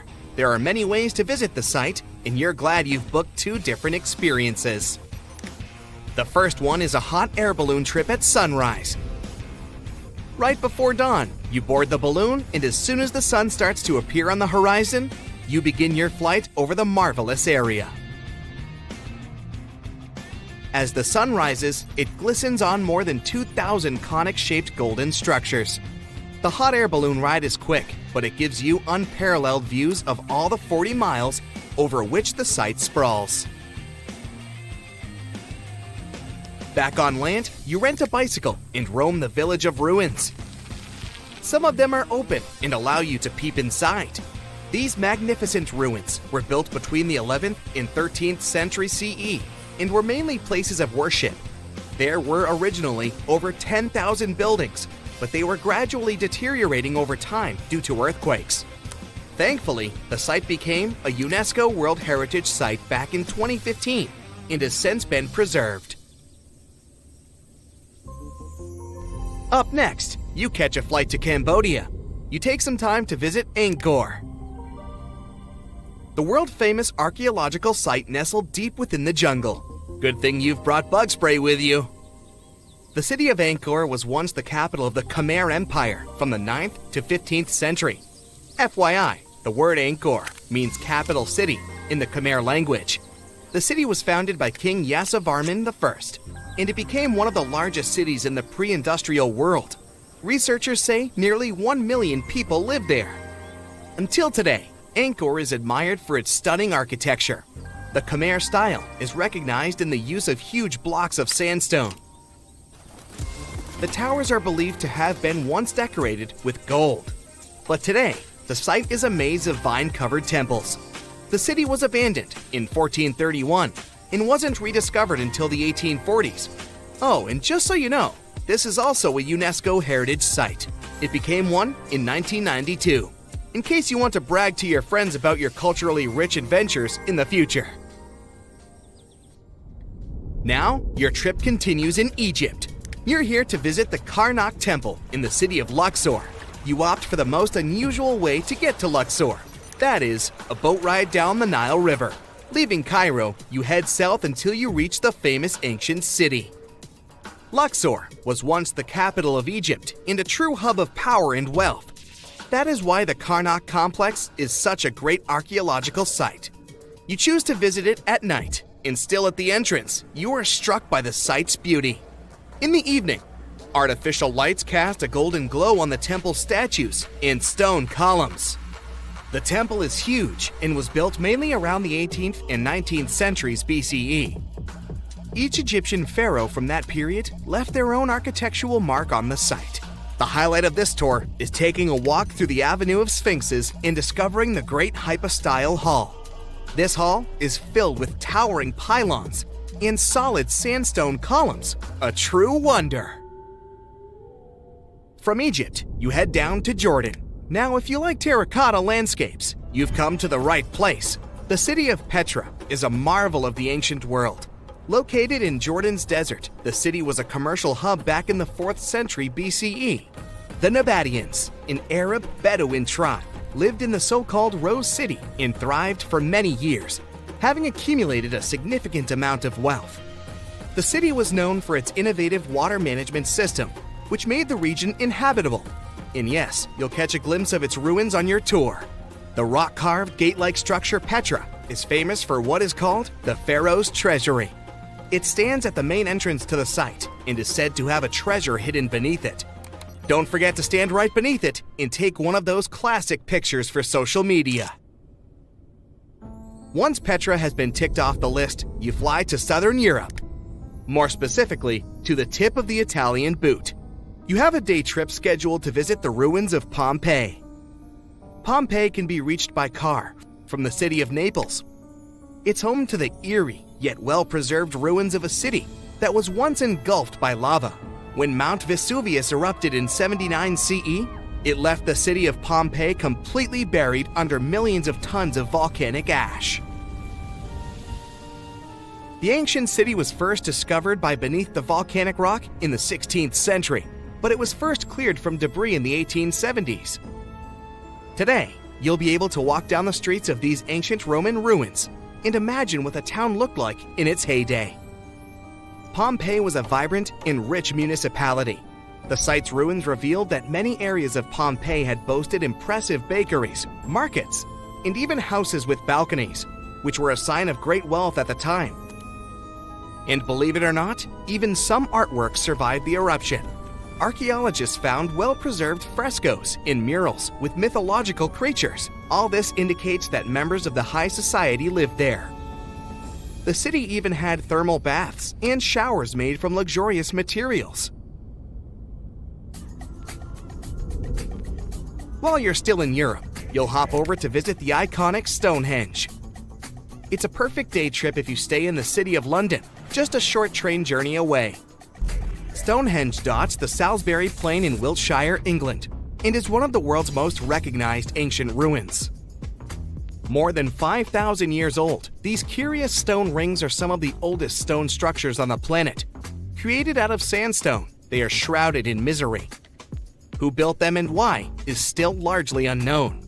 Popular theories claim that Stonehenge was used as a great solar calendar, built to help people keep track of days, weeks, and months.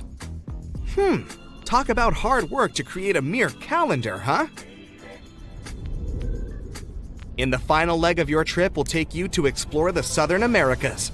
In Guatemala, in Central America, you'll find ancient Mayan ruins.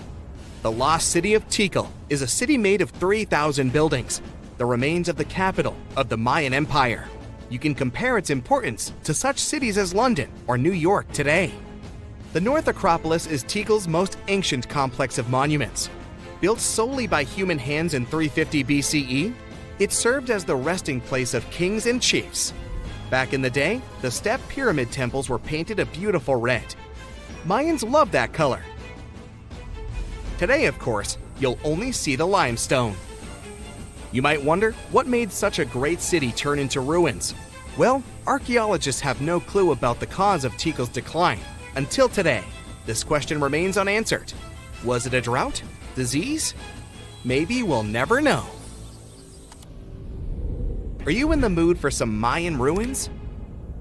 Chichen Itza is an archaeological site with the best preserved pyramids on Earth. Located in Mexico's Yucatan state, this Mayan city is well over 1,500 years old.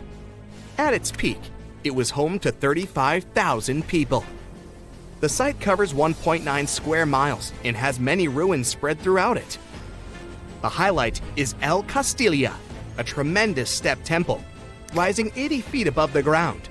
Its most peculiar feature is that it has 91 steps on each of its 4 sides, including the upper platform, which makes for 365 steps, the same as the number of days in the solar year. Phew, what an intense trip. Time to head home now and soak it all in. See you next time. The Amazon River, the boat, and dense jungle on both sides. All is silent. Only the engine is revving, and you look around nervously under the earnest gaze of the Peruvian guide. Suddenly, the man smiles and points ahead. This is it. You've finally arrived at Iquitos. The city is hidden deep within the Amazon rainforest. On one side, Iquitos is surrounded by water, and on the other lies thick, impenetrable rainforest as far as the eye can see, making this city extremely difficult to reach. First, you had to fly to Peru's capital, Lima, a vibrant coastal city. From there, you traveled by bus through Peru's vast jagged mountains before being plunged into the heart of the Amazon rainforest.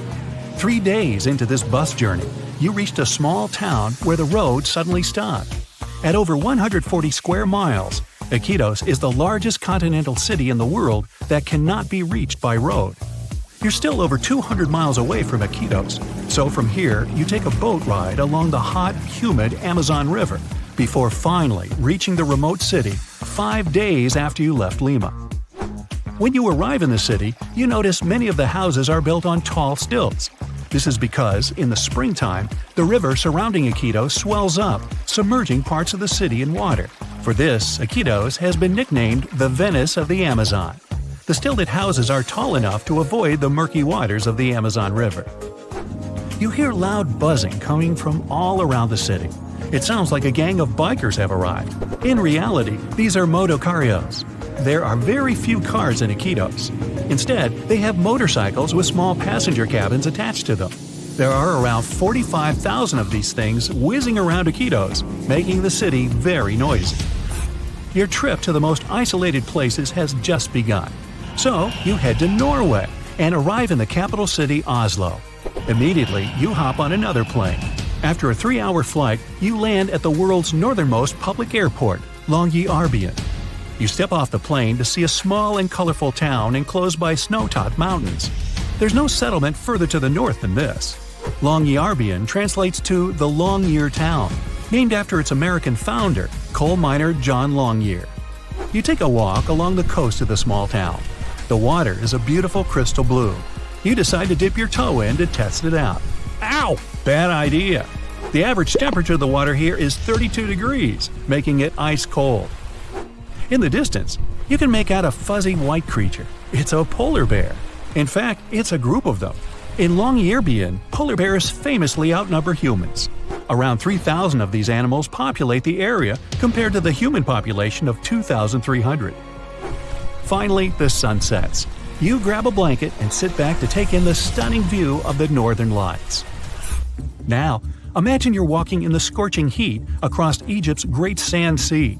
You've been walking for miles, hours, days even, dreaming of water, greenery, and a place to rest, when suddenly you come across a small settlement with olive groves, palm trees, and even freshwater springs. This isn't a heat-induced mirage. It's the Siwa Oasis, an Egyptian city of 23,000 people and a miracle of nature. You travel here by flying to Egypt's capital, Cairo, and then embarking on a lengthy and desolate bus ride across the desert. When you finally spot some greenery amongst the sand, you have reached the Siwa Oasis. After refreshing yourself in the cool waters of the springs, you explore the city further and come across ancient ruins. This city has existed since 10,000 BCE, and many historical remnants can still be found there today. Amongst these ruins, you notice there are newer buildings. These are where the modern-day Siwi people live.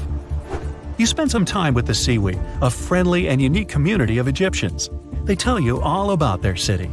The Siwa Oasis is located in the middle of the Sahara Desert, and due to its harsh climate, It's one of the most remote cities in the world. You notice how dry the air is and how scorching the sun feels. Reaching highs of 118 degrees Fahrenheit, this heat makes the Siwa Oasis a difficult place to live. It's time to travel to a more balanced climate. You head northeast and arrive in Russia's capital, Moscow.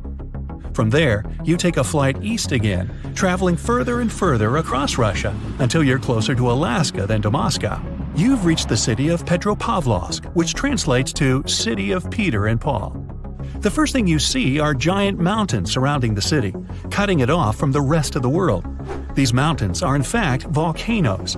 In this far eastern part of Russia, there are more than 300 volcanoes, including 29 active ones. These volcanoes stop any roads from reaching Petropavlovsk. The city depends on flights and boats to import supplies. You turn away from the volcanoes to stare out at the blue, shimmering ocean. The water looks nice, so you head down to the beach where a crowd of sea lions are sunbathing along the sand. Petropavlovsk is home to incredibly diverse wildlife. Just off the shore, you can see a whale fin poking out of the water. You explore the city's diverse landscape. You go to one of the city's ski resorts and spend the day on the slopes. Then you hike up a rocky path to the base of one of the city's many volcanoes. Finally, it's time to relax on a boat tour around the island to see the city's famous Three Brothers rock formation. Feeling inspired, you travel to another volcanic land, Chile's Easter Island. The island doesn't have a harbor and only one airline flies to the remote land, so you travel an entire day to Santiago, Chile. Then you climb aboard a small plane to fly to Easter Island. You walk among the high cliffs of the barren island and come across its famous monuments. These are giant, mysterious statues of human heads. They're called moai and were carved by the local people around 800 years ago. You inspect the earth beneath your feet. It looks and feels very dry. Easter Island consists of 3 ancient volcanoes. The volcanic soil makes it very difficult to grow crops or vegetation. Some of the city's trees were cleared hundreds of years ago to make way for the stone monuments, giving the island the empty look it has today. You embark on a boat ride 1,100 miles west from Easter Island.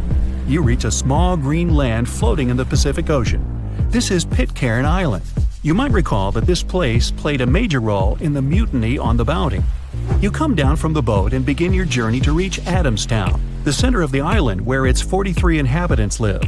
To reach Adamstown, you hike the Hill of Difficulty, a steep and rocky 200-foot climb to the top of the island.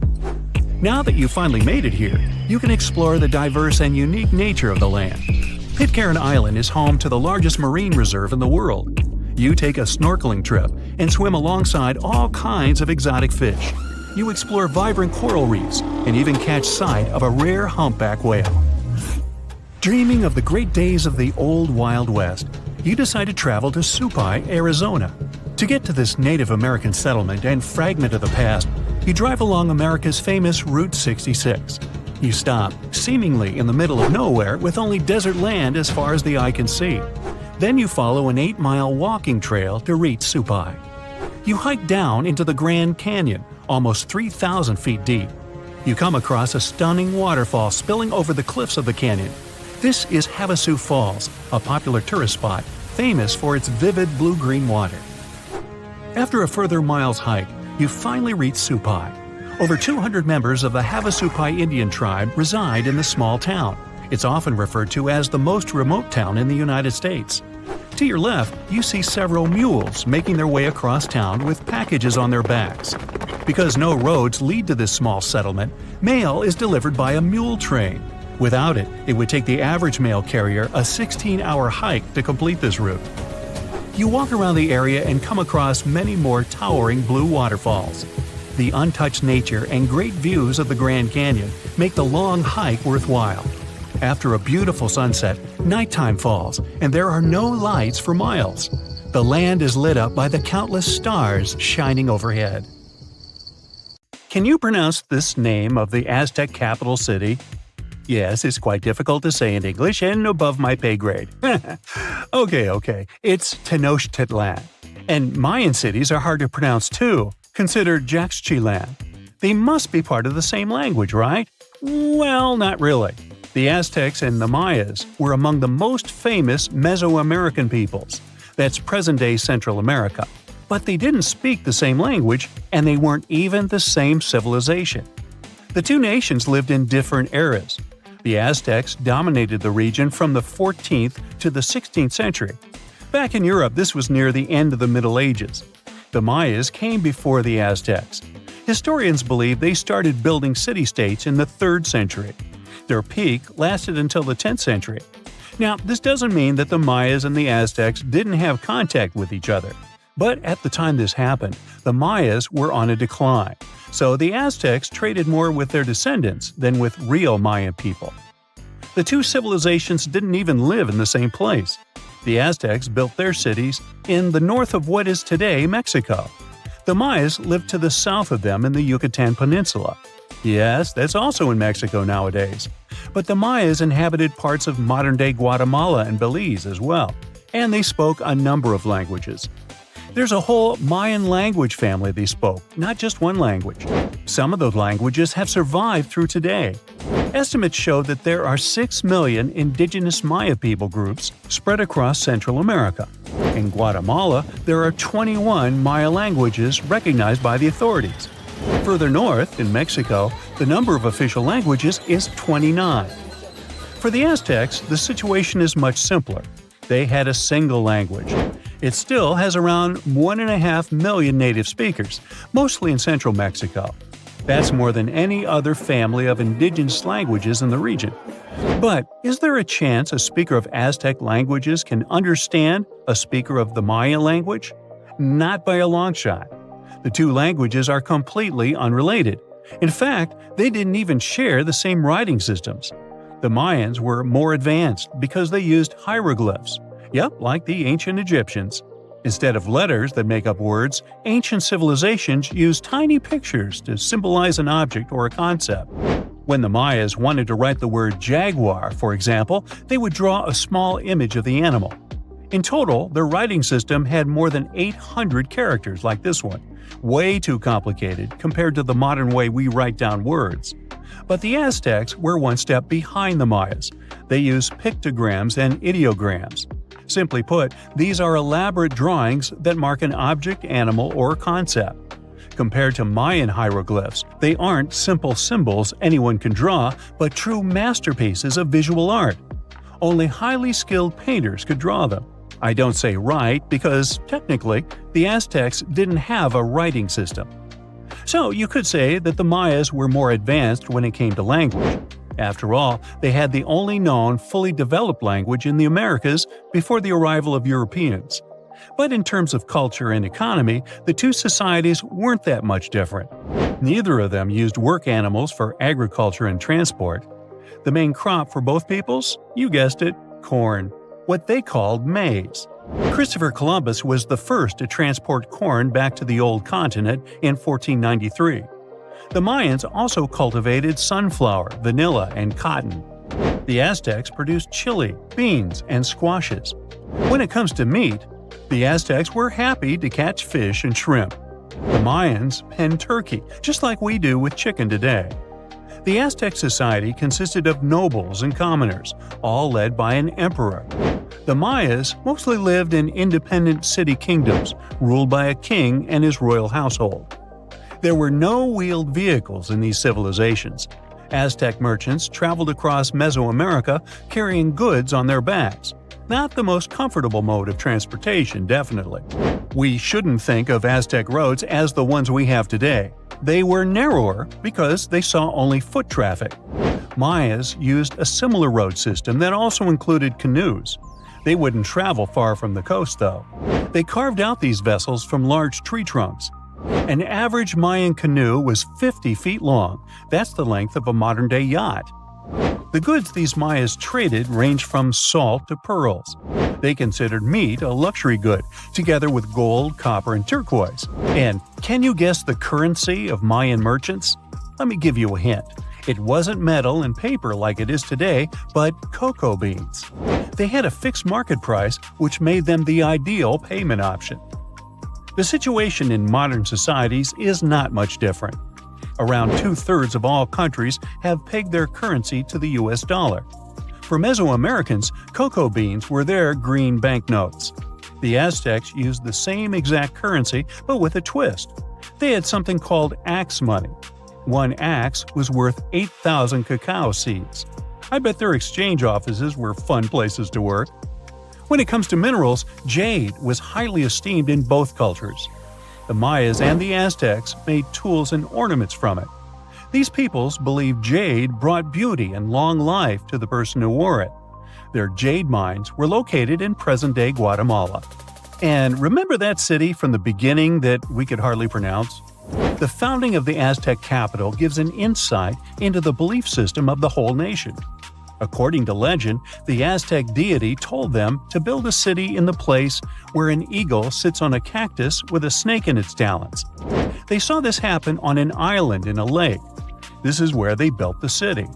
If you want to find it on the map of Central America today, look for Mexico City. That's the site of an ancient Aztec capital. It even got its name from the ancient nation, because Mexica was an alternate name for the Aztecs. They constructed the city on small artificial islands. It was slightly bigger than the surface area of London Heathrow Airport. The Mayas didn't have a capital city as we know it today. Their civilization spanned across 40 cities. These settlements had a population of 5 to 50,000 inhabitants. Today, these sites could be classified in terms of size as small American towns. But the total number of Mayan cities is not final. Archaeologists keep discovering new ones deep in the jungle of the Yucatan Peninsula. Quite recently, researchers unearthed a new site in the southeast of Mexico. They found a number of stone columns and named the city after the Mayan word for it. Back in the day, the city was part of the central Maya lowlands. Today, this region is covered with thick jungle. The Maya abandoned their settlements in this area around the 8th and the 9th century. Historians still cannot agree on why this happened. Some claim overpopulation was the main issue. Others argue the trade routes collapsed, so Mayan cities couldn't flourish anymore. Whatever the case, northern Mayan cities lived on. The descendants of these peoples were there when the Europeans stumbled upon them several centuries later. The Aztecs were also present in today's Mexico at this time, but contact with a foreign culture didn't bring them much good. There was an outbreak of smallpox that sealed the Aztecs' fate. This doesn't mean that this American nation left the world stage forever, though. Every time we say words like avocado, chili, guacamole, chocolate, and coyote, we are actually reviving the Aztec language. These words are present in pretty much every language on the planet. Mayan words also entered modern English. Linguists argue that the word shark actually comes from a Mayan language. This is the word these ancient Mesoamerican people used for fish. Both ancient civilizations left behind pyramids, and they look very similar in style. The only hint that can help you differentiate between them is that there are way more Mayan ruins that still exist today.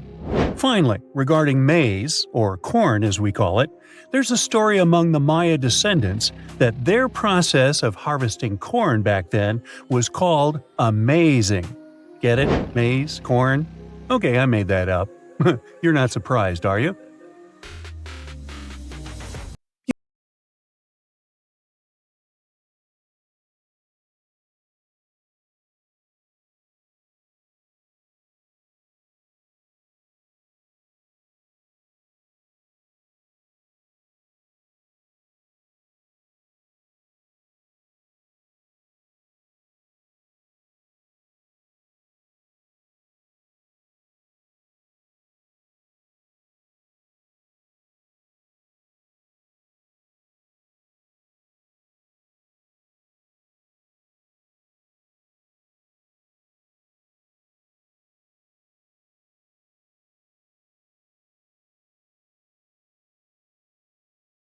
Are you down for the ride?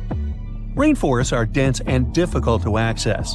If you were an archaeologist, I'm betting you'd find them quite threatening as well. That's actually one of the reasons why we've been kept in the dark for so long when it comes to the truth about the Mayans. But take a look at this. You'd expect to see ruins like this in places like Portugal, England, or the United States.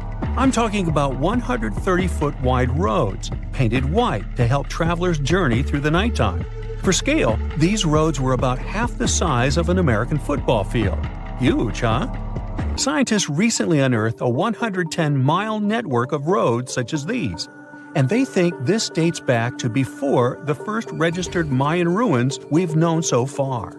These roadways, which sometimes ran over swampy ground and were even elevated at times, are being called the world's first superhighways.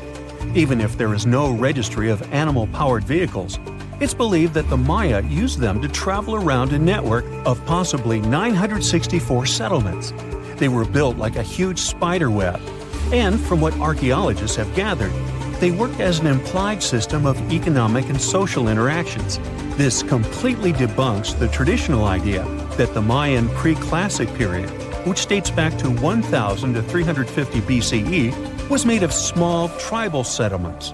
Imagine the manpower and engineering ability you need to muster to build something close to these white highways. Scientists believe that these causeways were built pretty much the same way as the Mayans built their pyramids. Oh, and if you're wondering about these gigantic pieces of architecture, don't worry, we'll talk about them in a bit. Now, so far, scientists believe that the roads were built with a mixture of mud and quarry stone. Oh, and using several layers of limestone, of course. Researchers were only able to find all of this out because of a new technology called LiDAR imaging. Do you know how we've used sonar technology to map out the ocean bed? Well, this is very similar to that. But instead of using sounds, we use laser systems. This mapping system allows researchers to see through and beyond the thick canopies of forests. It's like we have X-ray vision. This is definitely a game changer. But lost Mayan cities began to be unearthed in the mid-20th century, and since then, ruins from cities such as Tikal, Palenque, and Uxmal have been rediscovered. But let's take a few steps back for a moment to get some context. The Mayans were one of the biggest pre-Columbian civilizations living in the Americas. Until now, experts believe that, at its apex, the Mayan civilization consisted of over 40 cities with a population of millions of people. That's a lot of folks. Their civilization spanned Mexico's Yucatan Peninsula, Guatemala, and Belize, and they survived mainly on agriculture. The thing is, the Yucatan Peninsula was an extremely difficult place to grow crops. So the Maya had to develop a complex irrigation system in most of their cities. They built a series of ceremonial buildings, pyramids, plazas, and even courts for playing ball. The Mayans might have been keen pyramid builders, but they also developed an advanced astronomical system. With whatever ancient technology they had, they were able to predict the exact location of planets, such as Venus and Mars, as well as the exact dates of eclipses. Now, let's take a look at some of their sites. This is Tikal. Located at the heart of the Guatemalan jungle, Tikal is believed to have been the capital of the ancient Mayan Empire. At its height, it was comparable in importance to such cities as London or New York in today's world. It is composed of a series of complex monuments.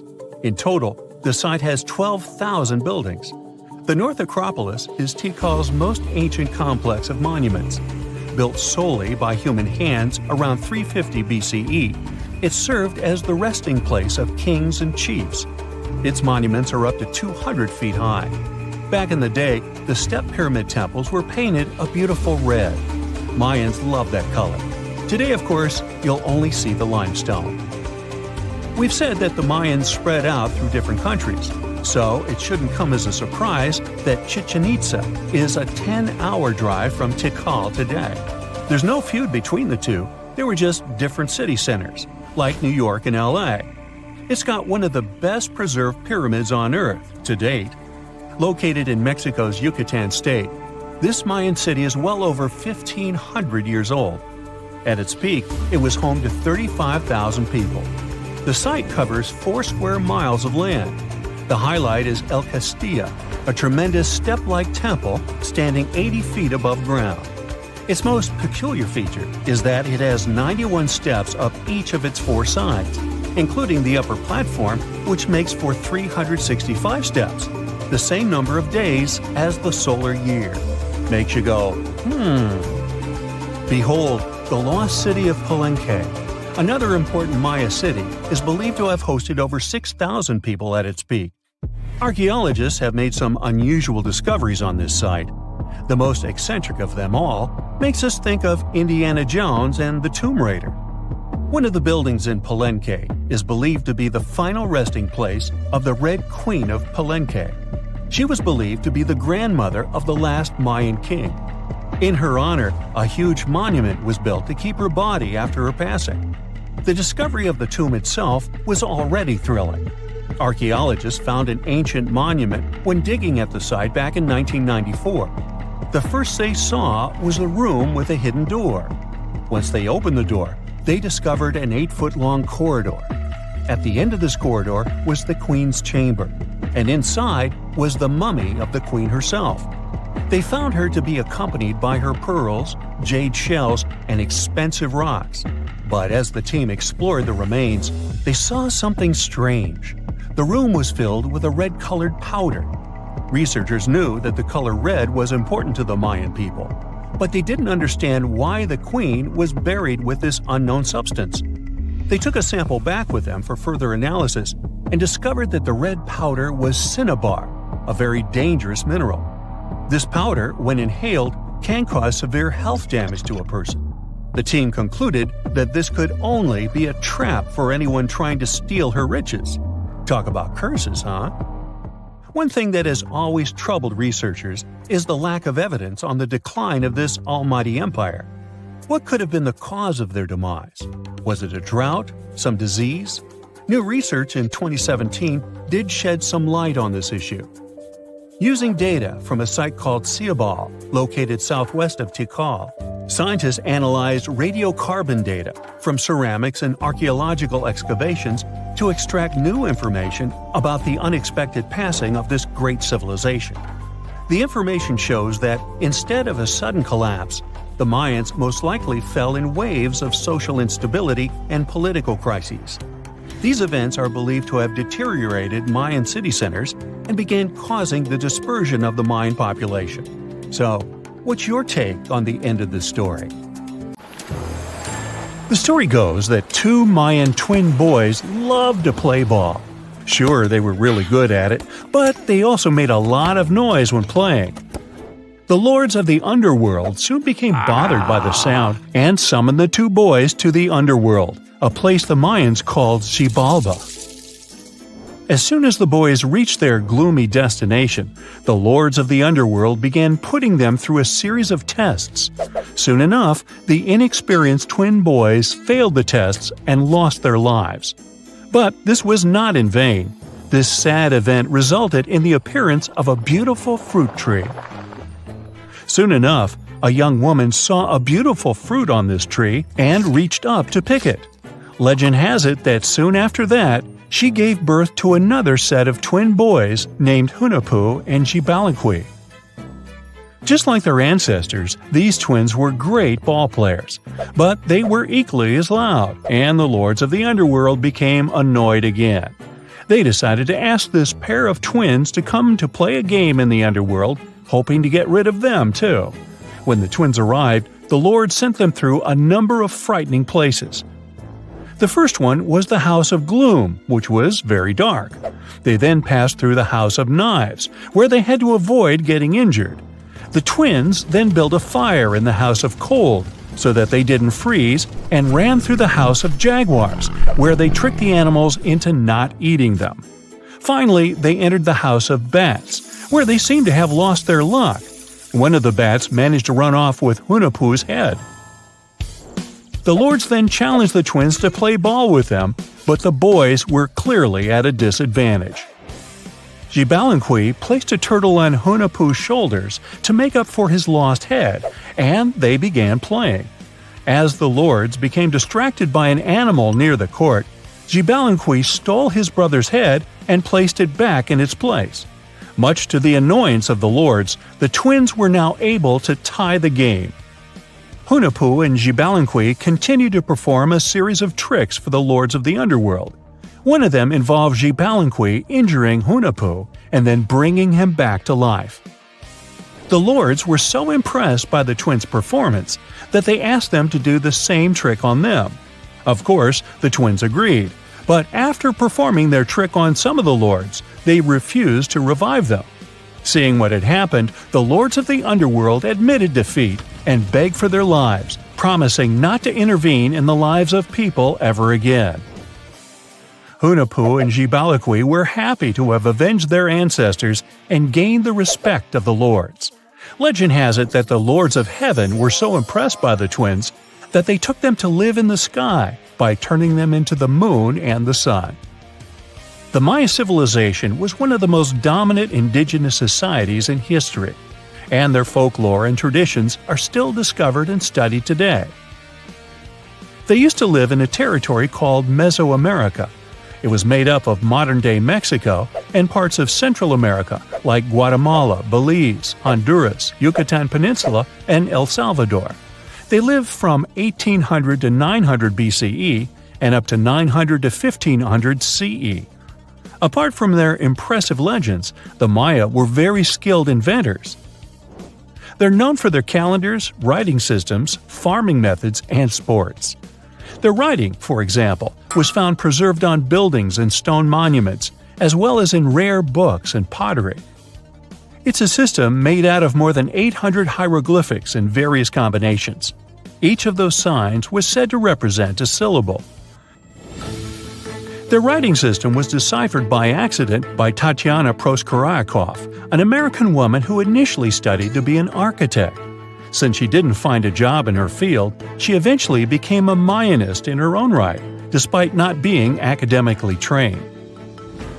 She was the first to notice that the Mayan upended frog glyph meant birth, and that their toothache glyph meant the date when the king ascended to the throne. It made it easier for scientists to pinpoint birthdays, as well as the names of the rulers of a specific Mayan dynasty. They also invented the concept of zero, which is seen as one of the greatest innovations in mathematics, physics, and human history altogether. Sure, even back then, people understood the idea of having nothing, but the concept of zero as a number is a relatively new invention. A fun fact about Mayans is that they really liked hats. The bigger your hat was, the more important you looked. Not only was it a sort of fashion statement, but it also made them look taller, which was a big deal for their aesthetic. The Mayans also came up with one of the most intricate and complex calendars in human history. It was the first to use zero as a placeholder. Their calendar ended on December 21st, 2012, which led some people to believe that it translated to the end of the world. Obviously, that was not the case. It just so happened that the date coincided with the end of a Mayan cycle of years.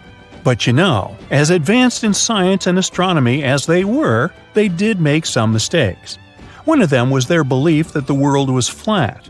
Their theory was that the four corners of the world were watched by the brother lords, who kept the sky from falling over their lands. Hats off for their menus, though, as they were well-known chocolate eaters. They turned eating chocolate into a form of art. The drink they made wasn't really like the hot chocolate we enjoy today, though. Their recipe included mixing cacao with water, honey, chili pepper, cornmeal, and other ingredients to make a foamy, spicy drink. The ritual of drinking cacao was a crucial part of their celebrations. We're not done discovering all the amazing parts of their architecture and civilization. It was only a few years ago that a Maya pyramid was found at Tonina, in the Mexican state of Chiapas. It was estimated to be more than 1,000 years old. The reason why it escaped archaeologists for so long was that it lay hidden under what was believed to be a natural hill. The ruins of two Mayan cities have been recently discovered in the Mexican state of Campeche. Why didn't we find them until now? Well, they were concealed by really thick vegetation, which made it difficult for archaeologists to reach them. The Mayans didn't just disappear. Their descendants are still around today, many of them choosing to live in their ancestral homelands. You can find them in Guatemala, for example, where the Maya people make up the majority of the population. Overall, the Maya ethnic group contains people that speak different Mayan languages, such as Yucatec, Quiche, Quechua, or Mopan. They had no idea what a spa day was, but the Mayans really enjoyed a nice sweat once in a while. Sweat lodges were discovered around ancient Mayan sites. They were built out of stone or adobe. These rooms were an essential part of their cleansing and healthcare rituals. One of the earliest sweat lodges was found in Quello in northern Belize and appeared to date back 3,000 years. One of the most important parts of the Mayan culture was a ball game which they named pits. It had both political and spiritual significance. We can see ball courts at important parts of Mayan archaeological sites. The main goal of the game was to pass a rubber ball through a very high stone hoop without using your hands. Basically, it was a combination of soccer and basketball. However, it could have serious consequences. The loser could, at times, even lose his own life. Ooh, high stakes indeed. Because of this game and the need for bouncy balls, the Mayan people were some of the first cultures to use rubber. They made it using natural latex. There were different kinds of rubber depending on what natural substances the latex was mixed with. And that, my friend, is the way the ball bounces. Sorry, but you know me, I just couldn't resist. Can you tell me what date it is today? Piece of cake. You just look at your smartphone and voila, you immediately know the day, month, and year. But was it always this easy to tell the date? Did the ancient people even have the concept of a year that lasts 365 days? Yes and no. Mayan calendars had cycles. That's close to what we call a year. But the Mayan cycle was much longer, 819 days. And this is where the mystery begins. 819 days compared to what?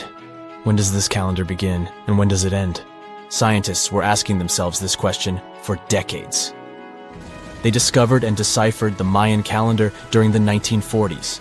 Recently, two American scientists, John Linden and Victoria Bricker, came forward with a solution. So, what did they do differently from their predecessors? The duo deciphered the code by broadening their thinking. They expanded the calendar from 819 days to full 45 years. That's 20 times longer than the original cycle. And a pattern started to emerge. This was a major breakthrough because the Maya told time in a complicated way. You can forget about the easy-to-read Arabic numerals we have today. These ancient people used glyphs. These are tiny images that represent characters. Something like the icons on your desktop or universal symbols. When you see a little dot with 3 curved lines above it, you know there is a Wi-Fi network available. The Mayan calendar used glyphs that represented animals or natural phenomena. For example, there were symbols for a jaguar and an eagle. Each glyph marked one day. Each cycle is repeated 4 times, 8 and 19 x 4. Let's call these 4 cycles blocks.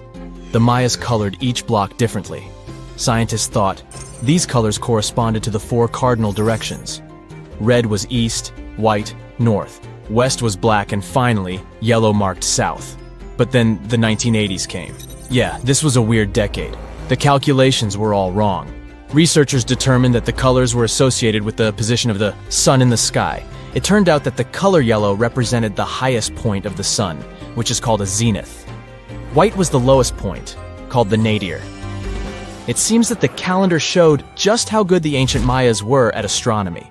This is most evident at Chichen Itza. This principal Mayan city is located on the Yucatan Peninsula, Mexico. There stands an impressive step pyramid. It is dedicated to the feathered serpent deity, and its alignment is perfect. Something marvelous happens here twice a year, during the equinoxes, March and September. These are the times when the sun shines directly over the equator. On these 2 dates, the day and night last the same. At the site of the pyramid, sunlight first illuminates the sculpture of the serpent head at the base of the structure. Then it makes its way up the 91 steps. This creates the illusion that a snake is slithering down the pyramid. Even today, people gather to witness the sight. And it must have been more impressive when the Mayas completed the structure 1050-1300 CE. Do you know what a synodic period is? Neither do I.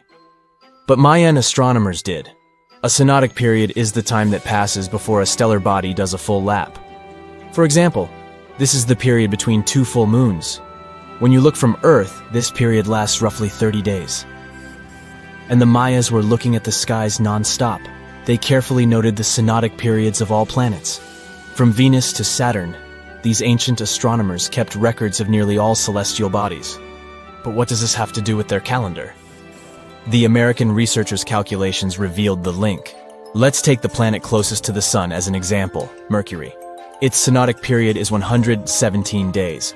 Multiply that by 7 and you get which number? Exactly 8 to 19, when 17 x 7 equals sign 819.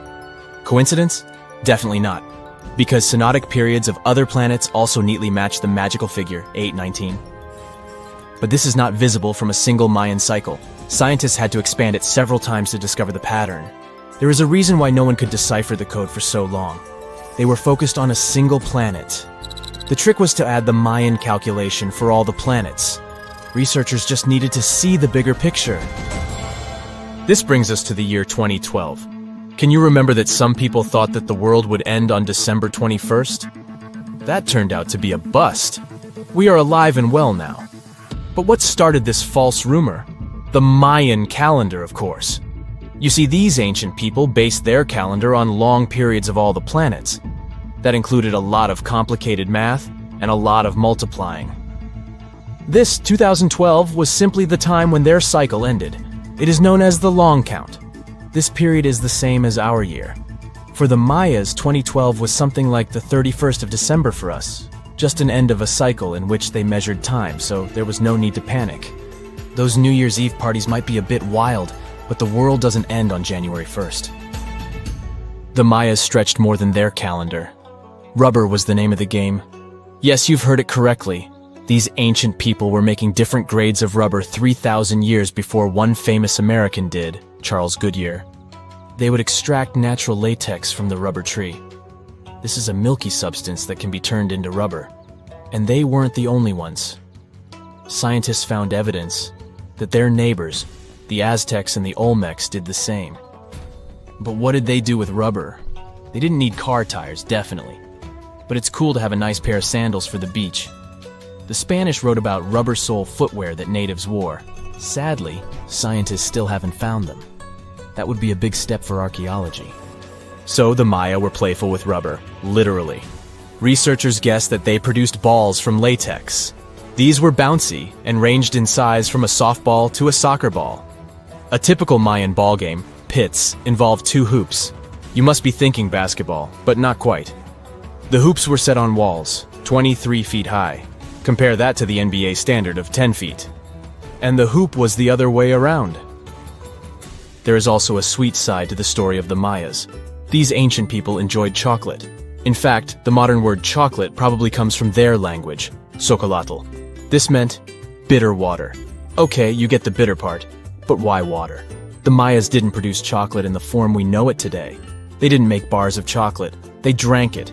Smashed cocoa beans made for excellent drinks. The Mayas perfected the mixture over time and even added spices. Anyone up for a fiery chocolate drink with stew peppers and cornmeal? Who knows, maybe this beverage actually tasted well. Cocoa beans were sacred and used as a currency. Researchers believe all social classes got to enjoy it. Free chocolate for all sounds nice even today. But where did the Mayas get clean water for their cocoa drinks? From the oldest known filtration system in the Western Hemisphere. It was based on zeolite. These are minerals that contain aluminum and silicone compounds. And guess what? Modern air and water purifiers still use this material. Mayan tech wins yet again. Back in Europe, Roger Bacon developed a sand filtration system in 1627, some 1,800 years after the Mayas. But what about regions without rivers, lakes, or springs? Mayan engineers had it all figured out. Rainwater. They would carve out large reservoirs in the limestone bedrock. Then, they would coat these underground caves with a layer of a watertight material. The final step was to make small channels that collected water from the hills above. Scientists estimated that just one of these reservoirs could hold on average 10,000 gallons of rainwater, enough to fill 55 modern hot tubs. Humans invest a lot of time and money exploring the unknown. First, outer space, then the ocean floor. But there's another frontier we're trying to conquer. Scientists call it the deep frontier. I'm talking about how far down to the Earth's core we've made it so far. During the 60s, humans tried digging the deepest man-made hole on Earth. This took us deep into the Arctic Circle. What later became known as the super deep borehole is also the deepest artificial point on Earth. reaching the depth of 40,230 feet.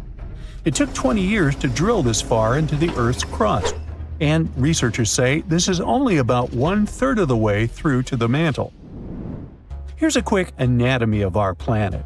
If the Earth is like an onion, the crust is like the thick skin of this onion. This part is only 25 miles thick. Beyond this is the 1,800-mile deep mantle, and after that, right at the center of the Earth, is the core, which is made up of 2 layers, inner and outer. Now, can you guess where on the planet the crust is at its thinnest? On the ocean floor. When American scientists understood that, they started drilling holes on the seabed. This gave way to Project Mohole. It began in 1961, but their technology to drill deep holes on the ocean was really bad. They had to improvise. They installed a system of propellers along the sides of their drill ship to keep it steady over the hole. The main challenge was to drill as vertically as possible. Otherwise, that deep hole would look more like a deep maze. Both the Kola Super Deep Borehole project and the Project Mohole came to an official stop in the years that followed. But hey, humans have built some pretty deep stuff underground. In 1963, a Turkish man took a swing with his sledgehammer to improve his basement and discovered a tunnel. That tunnel entrance led to more openings that connected a multitude of halls and chambers. He didn't know it, but he had discovered Deringoyu. This once lost city was up to 18 stories tall and 200 feet deep. The city was large enough to host 20,000 people, and it was simply standing beneath Cappadocia in Turkey the whole time. Cappadocia hosts hundreds of subterranean dwellings. 40 of these underground cities are at least 2 stories high, but none of them are as huge as Deringoyu. There's not a lot of historical accounts of how Deringoyu was born. Some speculate that the oldest part of the complex was dug about 2000 BCE by the Hittites. The Hittites were an Indo-European civilization who formed one of the first major civilizations of the Bronze Age in West Asia. Scholars think they built this underground city to protect themselves from invasion. Others think it was actually the Christians who built the city in the 1st century CE. They speculate that it could have been constructed to protect people from the intense temperature variations, extreme heat in summer and freezing cold in winter. Geographically, the terrain under Cappadocia is great for building. The rocks are soft, which makes tunneling easier. For that same reason, opening large caves underground is fragile. That's why most chambers have pillars that support them. On the bright side, and we are, none of the floors at Deringoyu have ever collapsed. The builders of Deringoyu thought of everything. The city was shut off from the world by huge rocks that hid its entrance. It was ventilated by a total of more than 15,000 shafts, around 10 centimeters wide. This way, they guaranteed enough breathing air in the upper levels in a way that they ended up being used as the living and sleeping quarters.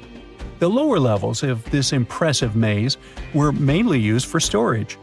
But honestly, they had it all: a room for a wine press, for domestic animals, small religious buildings. They certainly didn't spare any efforts to make that underground city as complete as an above-ground one. Now, speaking of impressive underground stuff, Switzerland has the longest tunnel in the world, built here on the Swiss Alps. This absurdly huge tunnel was built over 8,000 feet below the surface.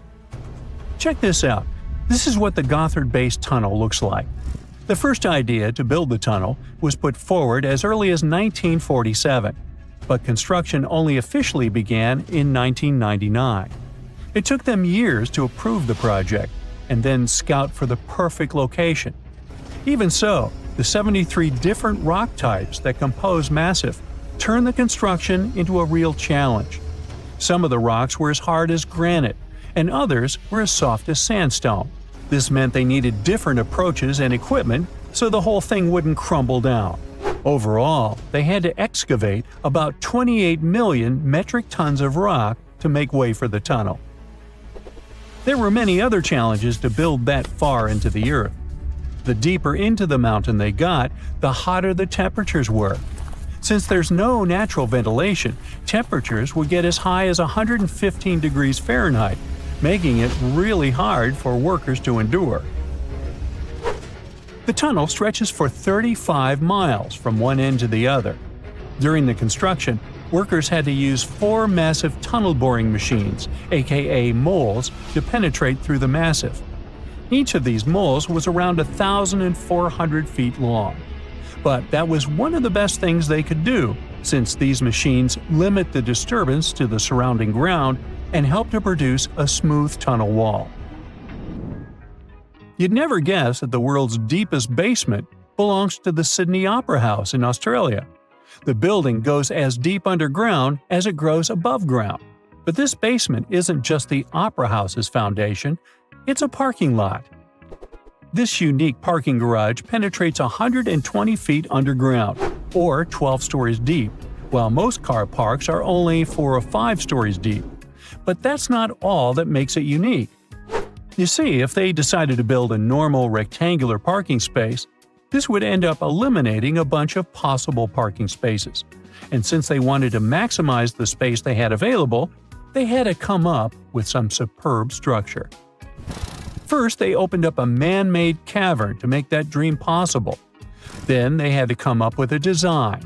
That's what led to the donut-shaped cavern, or what engineers call a double helix. This design shocked the engineering community for its innovative approach. But hey, it worked. Today, there is space for over 1,000 cars down there, which seems about right for an opera house. Let's wow once again real quick. Some underground structures may take up to an hour to reach.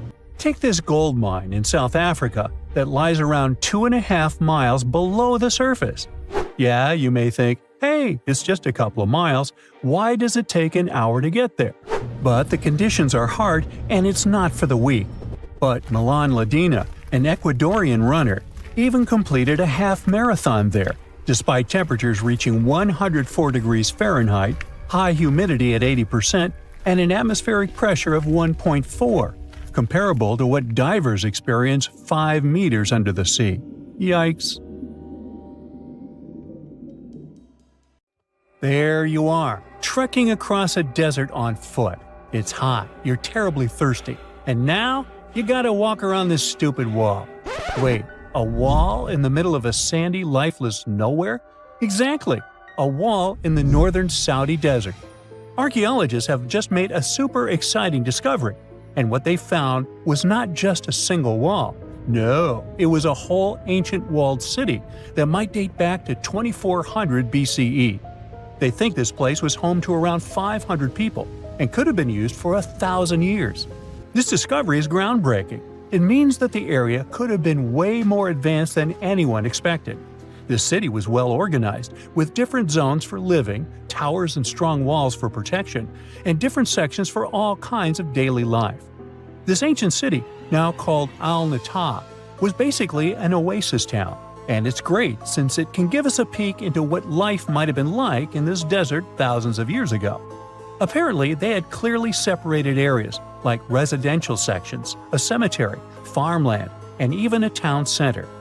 This oasis city, found in the Khaybar area, is the first big organized settlement from the 2nd or 3rd millennium BCE that researchers have uncovered in northwestern Arabia.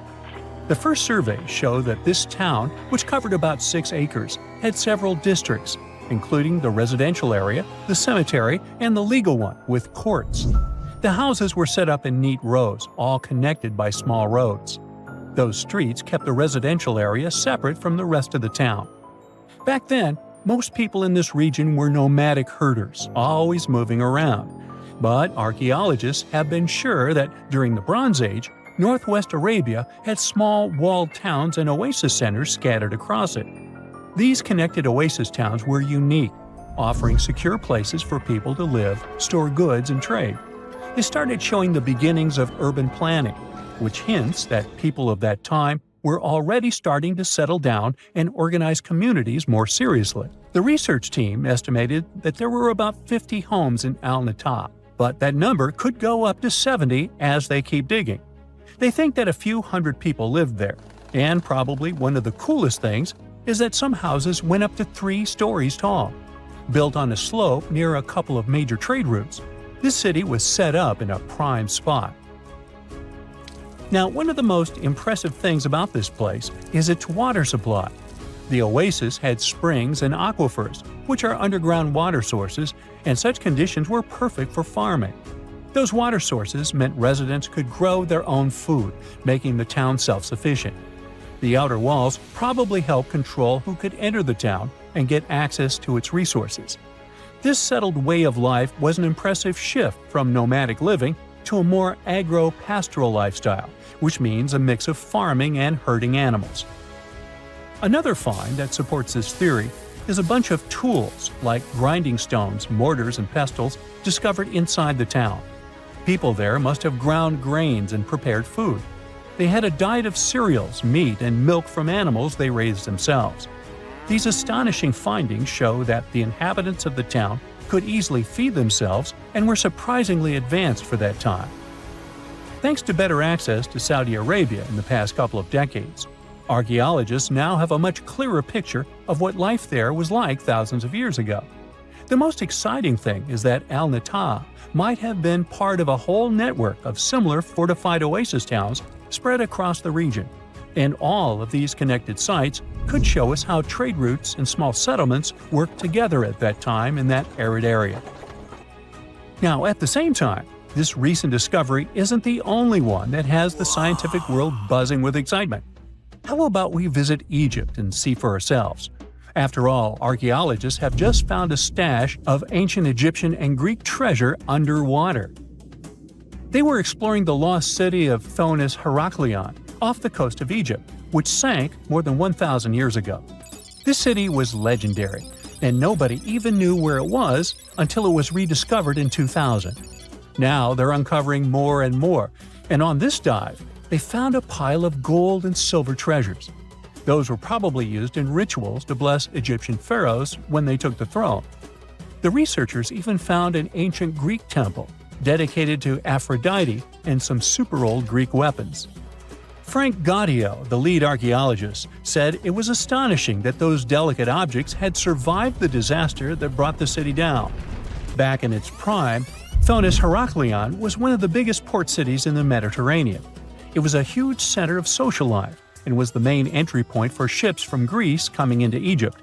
But tragically, due to rising waters, earthquakes, and a catastrophic tidal wave, the soil underneath the city literally turned into mush, and then the entire city sank into the Mediterranean. It was forgotten until Gaudio's team found it in 2000. Since then, they've been uncovering new parts of the city and piecing together its history little by little. If a lost underwater city doesn't seem impressive enough, we can travel to the Amazon. The discovery made there is truly mind-boggling. For centuries, people have talked about lost cities deep in the Amazon, like El Dorado, that mythical city of gold that lured Spanish explorers into the jungle. A lot of them never came back. Then, in the 1900s, a British explorer named Percy Fawcett went searching for what he called the lost city of Z, and he too disappeared. But now, finally, scientists have actually found proof that those lost cities in the Amazon were real all along. A team of scientists use a tech called LiDAR, which basically allows you to see through thick jungle from above by bouncing light beams off the ground. They flew over the jungle in Bolivia in a helicopter about 650 feet up and mapped out those hidden ancient cities. What they found were ruins of a huge urban settlement built by the Kasarabi people who lived there from 500 to 1400 CE. And it wasn't just a couple of buildings here and there. No, the LiDAR maps revealed massive urban centers, pyramids, platforms, roads, canals, and causeways, all carefully laid out. Turns out the Amazon wasn't just an untouched jungle. It was once home to big, complex cities. A scientist from the German Archaeological Institute explained that Europeans had long ignored the possibility of ancient Amazonian cities, but the LiDAR maps showed they were wrong. The new maps have revealed 26 sites, including 11 that no one even knew existed. Researchers have discovered two main city sites, Landivar and Kotoka. They had massive moat causeways stretching out like spokes on a wheel, linking the main cities with smaller surrounding settlements. Some of the canals even connected the cities to rivers and a big lake, which allowed water to flow through the area.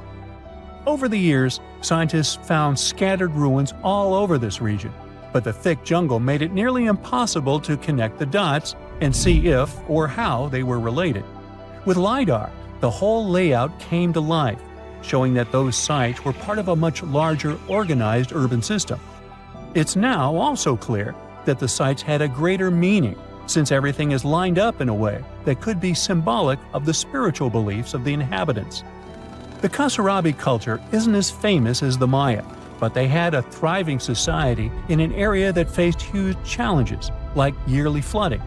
And although the nearby Andes had their own monumental sites, the Kasarabi were doing something absolutely unique. They even had reservoirs to store water, which suggests they might have been dealing with occasional droughts, which is pretty unusual for the Amazon. Actually, those terrible droughts could be why the Kasarabi eventually left their cities around 1400 CE. There's this interesting ancient site near St. Louis, Missouri, that a lot of people don't know about.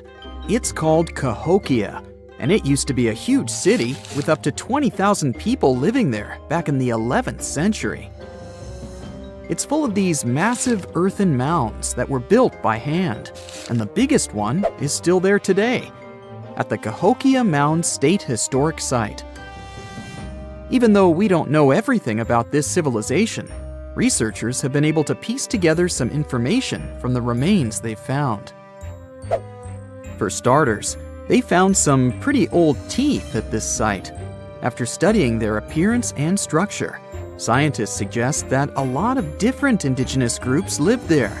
About a third of them came from other areas in the middle of the continent, which they figured out by studying the different levels of various substances in the teeth. And get this, the way the mounds are arranged shows that this was actually a planned-out city, not just a bunch of villages grouped together. The rulers lived on top of the mounds, while everyone else lived in other structures. It's amazing to think that they were doing things like farming, hunting, logging, pottery, and weaving, all within this one giant city. Right in the middle of Cahokia, there was this giant mound that was about 100 feet tall, and around it, there was this huge wooden fence. Inside the fence was the city center, which had a big open space called a plaza. Archaeologists think that the plaza was designed to represent the 4 cardinal directions of the world. It was like the people who built it wanted to create a place that was in harmony with the universe. The center of the city was where they held ceremonies and events, and it was such a big deal that people from outside Cahokia would come to be a part of them too. What became of this city? Hard to tell. Some people think that the reason it fell apart is that they cut down too many trees and the land got all messed up. Other scientists believe that's not true because the soil was still in pretty good shape after the city was gone. The Europeans were not even around at that time, so they couldn't have influenced the downfall of Cahokia either.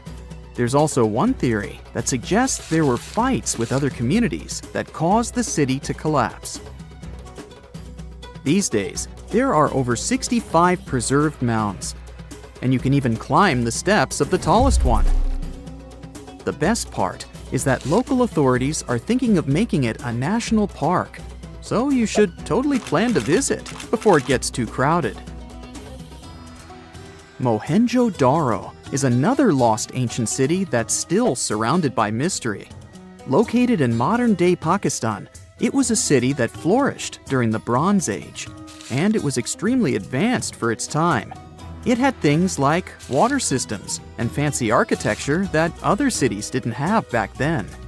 Despite these features, it's not as well known as other ancient cities, like those in Egypt or Mesopotamia. What's even weirder is that at some point, the city was abandoned, and no one knows why. Archaeologists found the city in 1911, but it took a while for them to realize how important it was.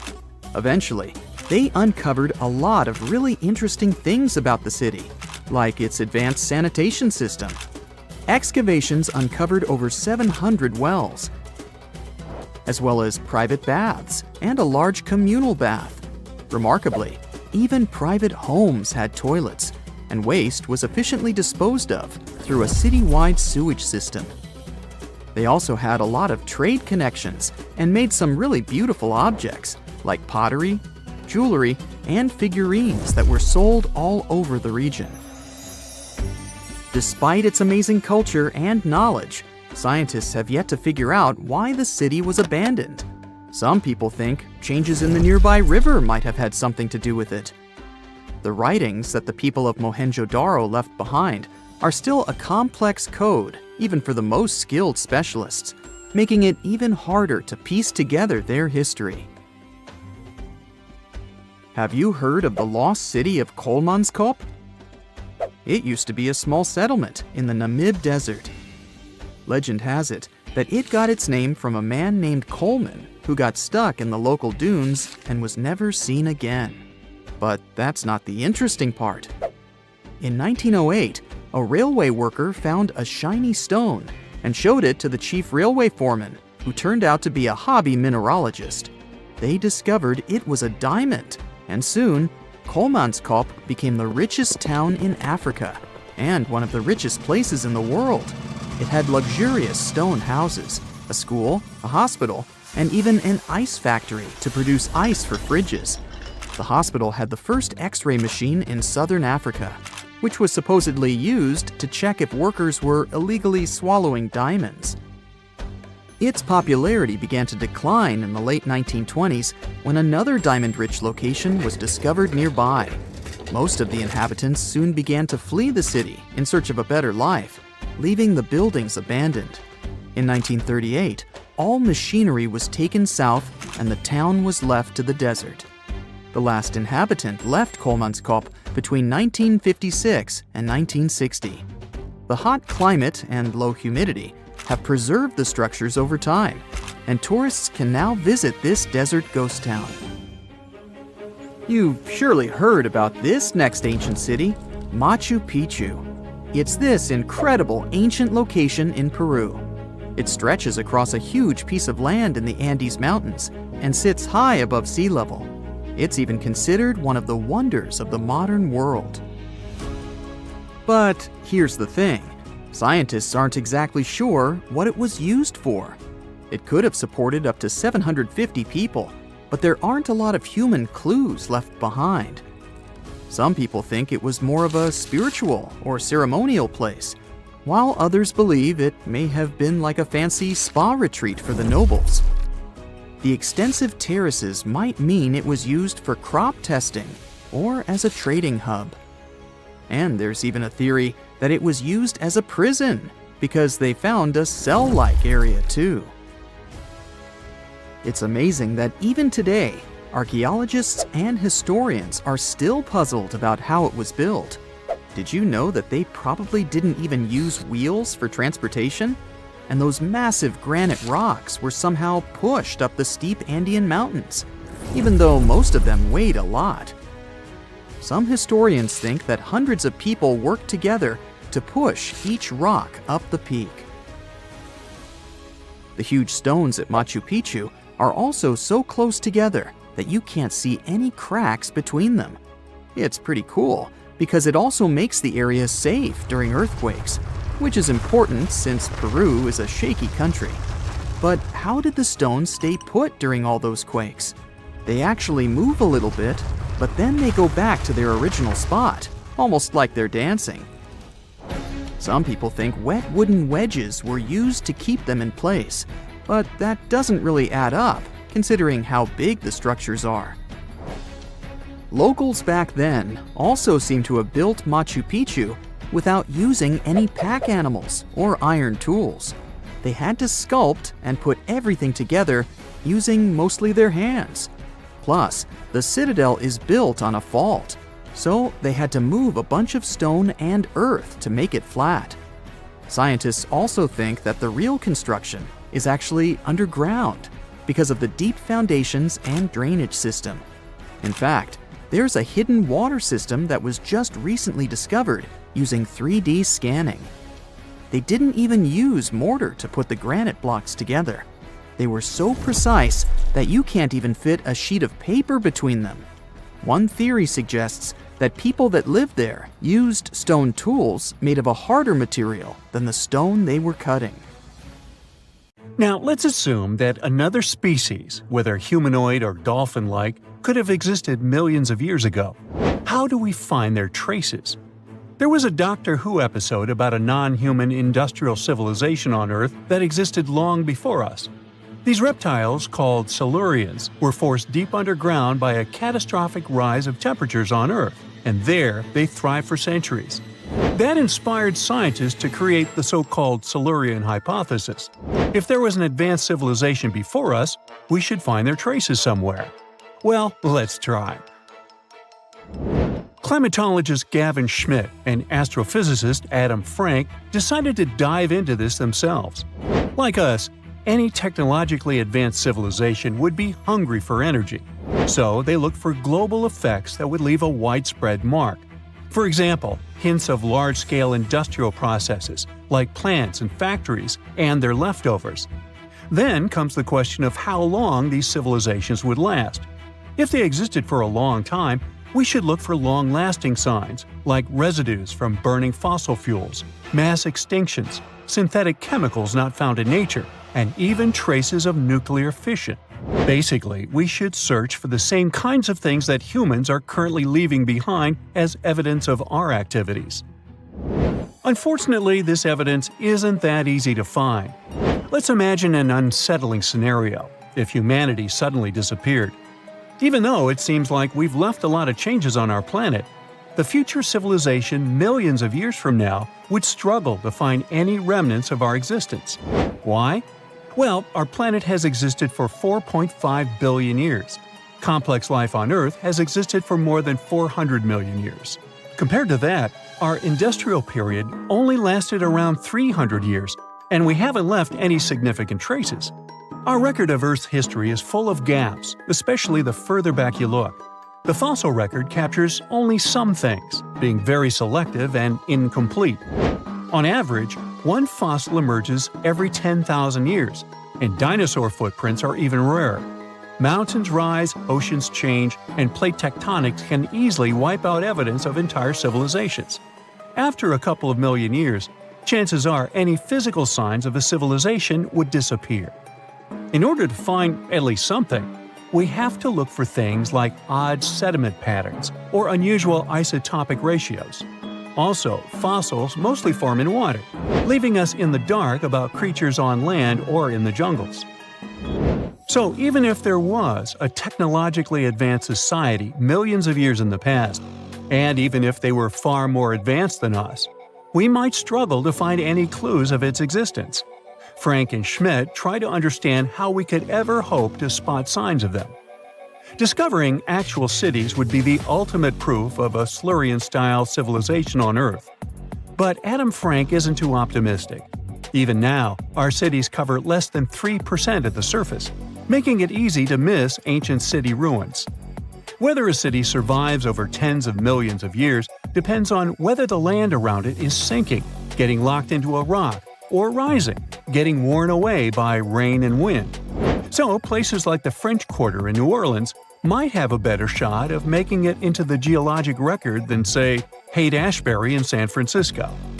When it comes to finding artifacts, the odds are pretty slim as well. No prehistoric iPhone would survive millions of years, fancy glass or not. Finding their fossilized remnants might be a bit more promising, but it's still tricky. Considering modern humans have only been around for about 100,000 years, it's quite possible that we might overlook any traces of an earlier advanced species. There is one thing, though. We could stumble upon their traces in rocks. Our current chaotic era might leave a distinct mark on the Earth's geological history, especially since we're basically experiencing PTM 2.0. I'll get to that in a moment. So they try to look at the changes in the carbon cycle. Humans have been releasing a lot of fossil carbon since the 18th century. This leaves a special mark in the carbon isotope ratio. like a signature that shows the difference between carbon in living things, such as seashells, and carbon in lifeless volcanic rock. Scientists also look for signs in the way sediments are arranged. Large coastal deltas might mean that there were bigger rivers made by folks in this hypothetical civilization. Traces of nitrogen could suggest big-scale farming, where they used a lot of fertilizer. Spikes in metal levels in the sediment could mean runoff from heavy industries. Of course, a single find like that wouldn't tell us anything. Schmidt says the key is to look for multiple signs together. Without clear artifacts, the uniqueness of an event might show in various clues rather than a set of changes linked to a single cause. On a quest for Silurian-style clues, scientists even decided to check the moon. Some astronomers find it surprising that no one has looked into this before. They even joked about the possibility of dinosaurs building rockets and leaving traces on the moon or other celestial bodies. These astronomers think that Earth-like planets tend to erase signs of civilizations on their surfaces. So they're exploring the wild notion that these beings might have been space travelers. In that case, remnants of their technology, known as technosignatures, could be lurking not only on our moon but also on asteroids, or even buried on Mars. There they might endure for millions or even billions of years. Unfortunately, so far, despite digging into the past 380 million years and examining all suspicious events, the researchers haven't found a clear match for a technological civilization. They don't give up, though. Frank calls for more investigation. For example, we could study how modern industrial chemicals stick around in ocean sediments. This, he believes, could help us identify similar chemical traces in the Earth's history. If there are no traces, why do we even bother to find something like that? This research is based on Schmidt and Frank's recent papers. They were delving into the Anthropocene. It's the proposed epoch dominated by human activities on Earth. It's full of these things called hyperthermals. They're prehistoric events when temperatures on Earth sharply increased over a relatively short time. They're like extreme heat waves from the past. A great example of this is the Paleocene-Eocene thermal maximum, or PETM for short. It happened around 55.5 million years ago and saw a rapid rise in global temperatures. Over 200,000 years, the average temperature on Earth jumped from about 9 to 14 degrees Fahrenheit. We studied these hyperthermals to understand how they occurred, from natural causes or human activities. So, these hyperthermals sparked the genesis of Frank and Schmidt's research. To study them, scientists started examining chemical signals and tracers left in rocks. When doing that, Schmidt and Frank uncovered some eerie parallels between all the climate issues we have today and past periods of rapid temperature shifts. There's a close similarity between the PETM and other hyperthermal events. So all this work isn't just about solving a historical mystery. Understanding our impact on the environment can guide us to finding better ways to live in harmony with the planet and avoid becoming a forgotten species in the future. Our Milky Way is filled with lots of planets that could be just right for life, but we don't know if there are other civilizations out there. Earth is the only place we know of with living beings. About 200 years ago, people wondered if there might be civilizations on Mars. Back then, it was a real question, but once we got pictures from space probes, we decided there wasn't any evidence for it, and that idea got stuck in our minds. Now, it's not even considered a valid topic for serious science. It's seen as kind of silly. But no one has set clear limits on what could have happened on our own planet a really long time ago. So, even if there is no proof, we shouldn't throw away the possibility. Don't forget, it took humanity a while to recognize dinosaurs. Maybe Silurians are just patiently waiting for their time. Before we get into the reason why and how there are pyramids all around the world, let's talk about some of the examples. I'll start with the Pyramid of the Sun in Mexico. These folks really knew how to build a city. Their well-planned urban center spanned over 7 square miles and boasted several pyramids. But the Pyramid of the Sun is the most impressive. This giant pyramid was built way back in 100 CE and is one of the biggest structures of its kind in the whole Western Hemisphere. It's so big that it's 216 feet high above the ground. If you ever find yourself in this ancient city, you won't be able to miss the Pyramid of the Sun. It's right there on the east side of the Avenue of the Dead, the city's main north-south street. To build this incredible pyramid, around 1 million cubic yards of material were used, including a special kind of red volcanic rock called hued tizontal. Impressive, huh? We don't know too much about the people who built the Pyramid of the Sun or its purpose. But archaeologists believe there was once a temple on top of it. When explorers went below the pyramid in the 1970s, they found a bunch of cool tunnels and chambers. In 2011, they even found a secret stash of clay pots, obsidian pieces, animal bones, human figurines, and a mask. Who knows what other secrets the pyramid is hiding? If you decide to see this one, you must climb the pyramid using the 248 uneven steps on the west side. Watch your step. Sudan got some pyramids too. Nubian pyramids aren't as big as the ones in Egypt, but they still got around 200 of them. These ancient pyramids have been home to the tombs of the pharaohs of the Meroitic kingdom for almost 1,000 years, who ruled Egypt from Nubia to the Mediterranean Sea. The pyramids at Meroe were constructed using granite and reddish sandstone. Oh, and did you know that Sudan has more ancient pyramids than Egypt? The Kushite pyramids depict the indigenous architecture and burial traditions of Nubia's Napata and Meroe kingdoms, which ancient Egypt influenced. Meroe, the burial site of over 40 queens and kings, is the most extensive Nubian pyramid site. The tomb walls depict mummified royals bedecked in jewelry, their wooden caskets containing bows, quivers of arrows, and other artifacts pointing to the Meroitic relationship and trade with Egyptian and Greek civilizations. So if you're looking for some ancient tombs to explore, you may consider skipping the crowds in Egypt and heading on down to Sudan. Let's fly to Iraq to see some more pyramids. Ziggurats have fancy receding layers and tiered temples. Instead of a smooth exterior, it has tiers like a cake. Perfect for all the important work and rituals that went on inside. You can find these towering structures scattered throughout Iraq and Iran, and they're a real testament to the power and skills of the people who built them. One of the biggest and most impressive ziggurats is the ziggurat at Ur. It's basically a giant rectangular pyramid that stands a whopping 70 to 100 feet tall, with 3 levels of terraces and a temple on top.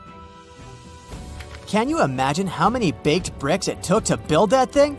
Try 720,000 for just the lower portion. This particular ziggurat was built for Sumerian king Ur-Nammu. Similar to other ones, this pyramid has been around for thousands of years, so it got a little rough around the edges. Thankfully, the Babylonian king Nebuchadnezzar II and some archaeologists came to the rescue in the 6th and 20th centuries respectively. And now, you can find this near Talil Air Base. The ziggurat at Ur was built in 2100 BCE by King Ur-Nammu for the moon deity Nana. It was the tallest building in the city, and you could see it from miles around. It was like the medieval cathedral spire of its day. People would come here to bring their agricultural surplus and get their food allotments and seek spiritual nourishment. Sadly, the Nana temple at the top of the ziggurat didn't survive, but we do have some blue glazed bricks that may have been part of its decoration. The lower parts of the ziggurat are pretty amazing though. The architects even included holes in the temple's baked exterior to let the water evaporate from its core. Since we explored some of the pyramids on our planet, let's take a broader perspective. They can be found in many parts of the world. Egypt has over 100 pyramids, double that number in Sudan, and dozens of others are scattered in the Middle East and China. The Americas have the most pyramids in total, with more pyramids than the rest of the world combined. These pyramids are located in Mexico, Guatemala, Honduras, and El Salvador. Time to know more about the evolution of pyramids through history. The oldest pyramid is in Egypt. This pyramid was a step pyramid, which was created by placing one layer of stone on top of another. The pharaoh Sneferu is credited with creating the pyramid shape we recognize today. During his 45-year reign, he built 3 pyramids. His first 2 attempts failed, but he finally got it right with the Red Pyramid, which is considered the first true pyramid. It was Sneferu's son, Khufu, who built the Great Pyramid of Giza, which was the tallest human-made structure on Earth for almost 4,000 years. Latin American pyramids are similar to early Egyptian step pyramids, but they were built independently, with no knowledge of each other. The pyramids in Sudan were built around 700 BCE and are tall but much narrower than those in Egypt. How in the world did all these civilizations build these things without even texting each other? After all, the Aztecs, Mayans, and ancient Egyptians were about as different as possible. But despite their cultural differences, they all seem to agree on one thing: pyramids were pretty cool. Step pyramids are all around the world because they were the most feasible and stable way to build large and tall structures without access to lighter building materials like wood and metal. The triangular form with a square base is the best way to build a sturdy structure, and having a cube structure would require more material for less height. Now, when it comes to pyramid design, the Egyptian pyramids were like giant triangles with a square base, smooth sides, and a pointy top. On the other hand, the Aztecs and Mayans went for a tiered cake look, with steps leading up to a flat platform on top. So, while all these pyramids share the same basic shape, they have their own unique flair. Each group built its pyramids using different materials, techniques, and slope angles. So while they may have been inspired by each other's work occasionally, they were just doing their own thing. Egyptian pyramids had smooth, angled sides that were designed to help the pharaoh's soul ascend to heaven. The Pyramid of the Sun was built over a series of caves that served as a passageway for the deities. The Maya built the temple of Kukulkan in Chichen Itza to honor the deity Kukulkan, usually represented by a serpent. Nicknamed El Castillo, it has 91 steps on each side, plus a platform. That's 365 steps, one for each day of the Mayan calendar. Tell me, Brightsiders, how were pyramids built? To begin with, humans made them, not a foreign race from space that landed on Earth. You see, one thing that all pyramids have in common is that they were built without advanced tools or even the wheel. It took a lot of people to build them, including skilled laborers and architects. For example, it's estimated that 20,000 people built the Great Pyramid of Giza, and it's believed that most of them were skilled laborers. Building pyramids was a massive undertaking that required years of planning and effort. The Great Pyramid at Cholula, Mexico, took 600 years to complete. You're walking down the street. You see a strange-looking antique shop called Ageless Trinkets of Mr. Bright. You're curious, so you enter there. You take a look at all the weird stuff. Suddenly, an old folded parchment paper catches your attention. It's a world map, but something's off with it. Instead of showing the countries as you know them, it shows the locations of 4 mythical lost worlds and civilizations. Mr. Bright, the shop owner, comes next to you after realizing your shock. This map won't let you find these places or anything, but I can explain to you the legends behind them if you want, he says. Let me begin with Atlantis. You might know it as Aquaman's underwater kingdom, but Atlantis, the fictional island, was actually first introduced in 2 of Plato's works. According to him, Atlantis was a highly advanced civilization that existed about 9,000 years before his own time, and its story had been passed down by poets, authors, and others. He wrote about Atlantis and its citizens to give a moral lesson and to teach about the dangers of arrogance, as well as the eventual downfall of those who are after too much power. In his dialogues, Plato stated that Atlantis was a great and powerful empire that was respected in all parts of the world. It was founded by beings who were half deities and half human, and became a great naval power after a while. Being an island filled with gold, silver, and other precious metals certainly helped their case. But besides that, it was also known for its breathtaking architecture and state-of-the-art technology, as well as its countless rare and exotic wild animals. Atlanteans were proud of their great achievements and the perfection of their civilization, but their excessive pride was going to bring their downfall. They believed they were so superior that they could gain control over any nation. This led them to launch a series of invasions. They conquered many of the Mediterranean lands, but when it was time to enter Athens, Athenians pushed back with an extraordinary force, so the Atlanteans were finally defeated. Plato stated that deities then got angry at Atlanteans because of how wicked, greedy, and immoral they became. So they punished them by sending earthquakes, which caused Atlantis to sink beneath the sea. Although the earliest written records of Atlantis were Plato's works, some people still believed his story to be based on truth and tried to identify the island of Atlantis with actual countries. Some people suggested it may have been located in the Mediterranean Sea, near the coast of Spain or Italy. Others thought it may have been located in the Caribbean, off the coast of Central or South America, but there was no solid evidence to support any of these claims. One theory, in particular, seemed more plausible than the others, though. Located in the Aegean Sea, the island of Santorini was the home of a highly advanced Minoan society. However, due to a huge volcanic eruption, it was destroyed about 3,600 years ago, causing the Minoan civilization to suddenly disappear. These similarities between the fictional Atlanteans and the historical Minoans made Santorini a good candidate for the speculations. Yet again, there were still major flaws with it, such as how the time when Plato said Atlantis was destroyed doesn't coincide with the time of Santorini's eruption. So Atlantis still continues to be regarded as nothing more than a popular legend in the scientific world. Now, let's move toward the northeast direction on the map, Mr. Bright says.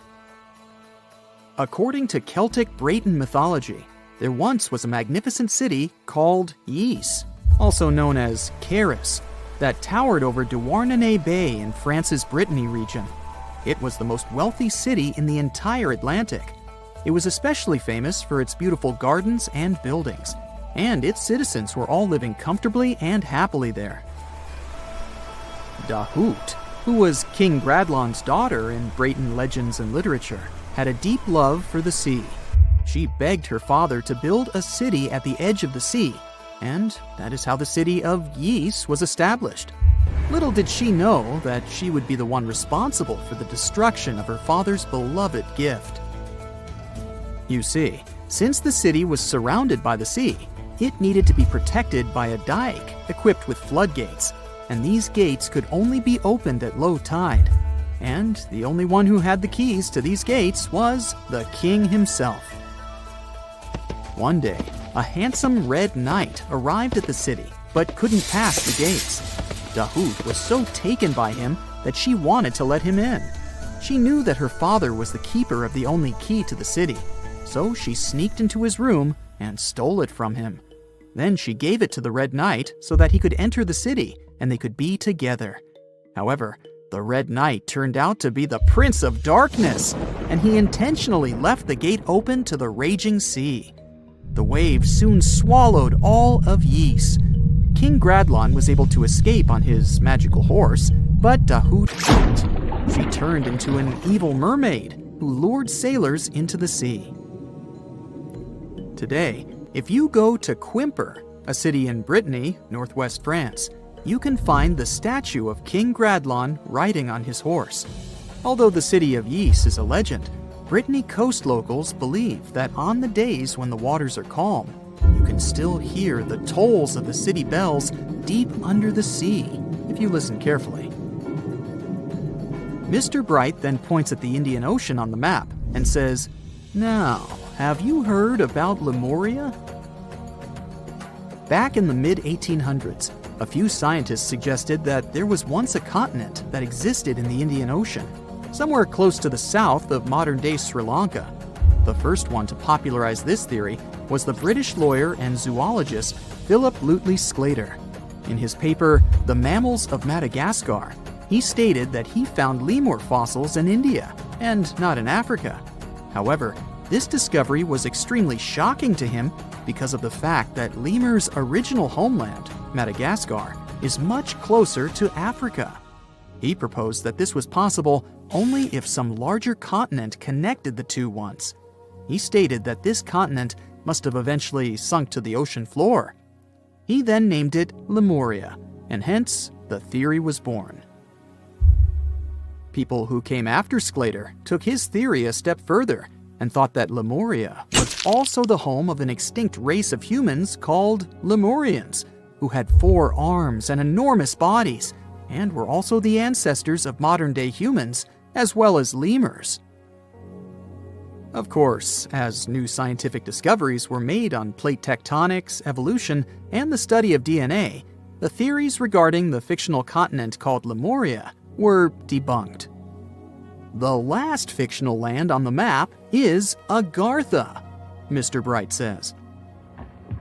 Taking its roots from Eastern mysticism, one legend says there's a kingdom called Agartha that is located deep beneath the surface of the earth. It's where all 4 corners of the world are connected by paths and tunnels. It is said that there's a secret entrance into Agartha hidden in the Gobi Desert, and it's built by Agarthans themselves using advanced technology that can't be detected by us, the surface folks. According to some beliefs, Agartha exists to counterbalance the energies of those who live above the surface. While we live in a state of rush and heightened emotions, this world beneath us is the total opposite. Some even say that those who escaped Atlantis fled here to continue their lives inside the Earth's core. And yet, others think it's actually a land that's crawling with all kinds of monsters. But there's no need to be scared, since modern science proved Earth's core is not actually hollow and is a solid hot iron ball. So you can cancel your journey plans to the center of the Earth if you've made any. Thanks, Mr. Bright. Imagine you get to be an archaeologist for the day. You'll travel the world to solve the mystery of long-lost civilizations that disappeared without a trace. Grab your chisel and fedora, and let's go. You arrive at the American Southwest, where an ancient mystery is waiting to be solved. You make your way to Chaco Canyon, just outside of Albuquerque, New Mexico. It's hot and dry in this deserted area. You're here to visit the ancient ruins of the Anasazi people. It's said that they were a thriving civilization that met a mysterious end. You hike a few miles before you begin to make out the shape of dwellings, constructions built of stone in the middle of the canyon. This is Pueblo Bonito, a 10th century complex that contains as many as 800 rooms and stands over 5 stories tall. The buildings are beautiful and made from sandstone. To access the complex, its inhabitants built a 400-mile network of roads, some of them 30 feet wide.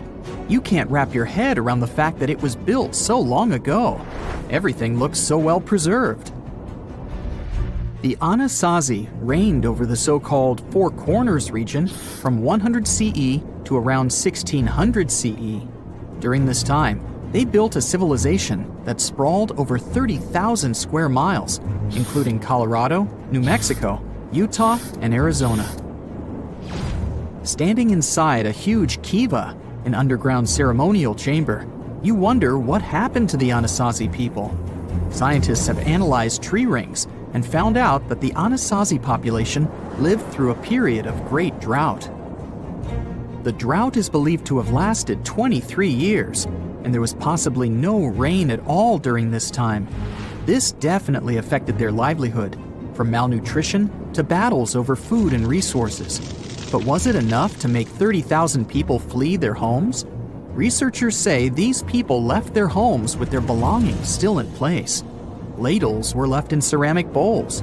Granaries were full of supplies. It was as if they intended to return, but never had the chance to come back.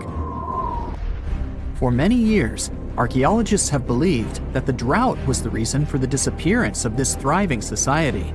But there's other evidence that shows a different story. Anthropologists say that the ancestral Puebloans, as they are also called, were an exemplary population. They were peaceful and lived together in harmony. But that's not what their architecture shows.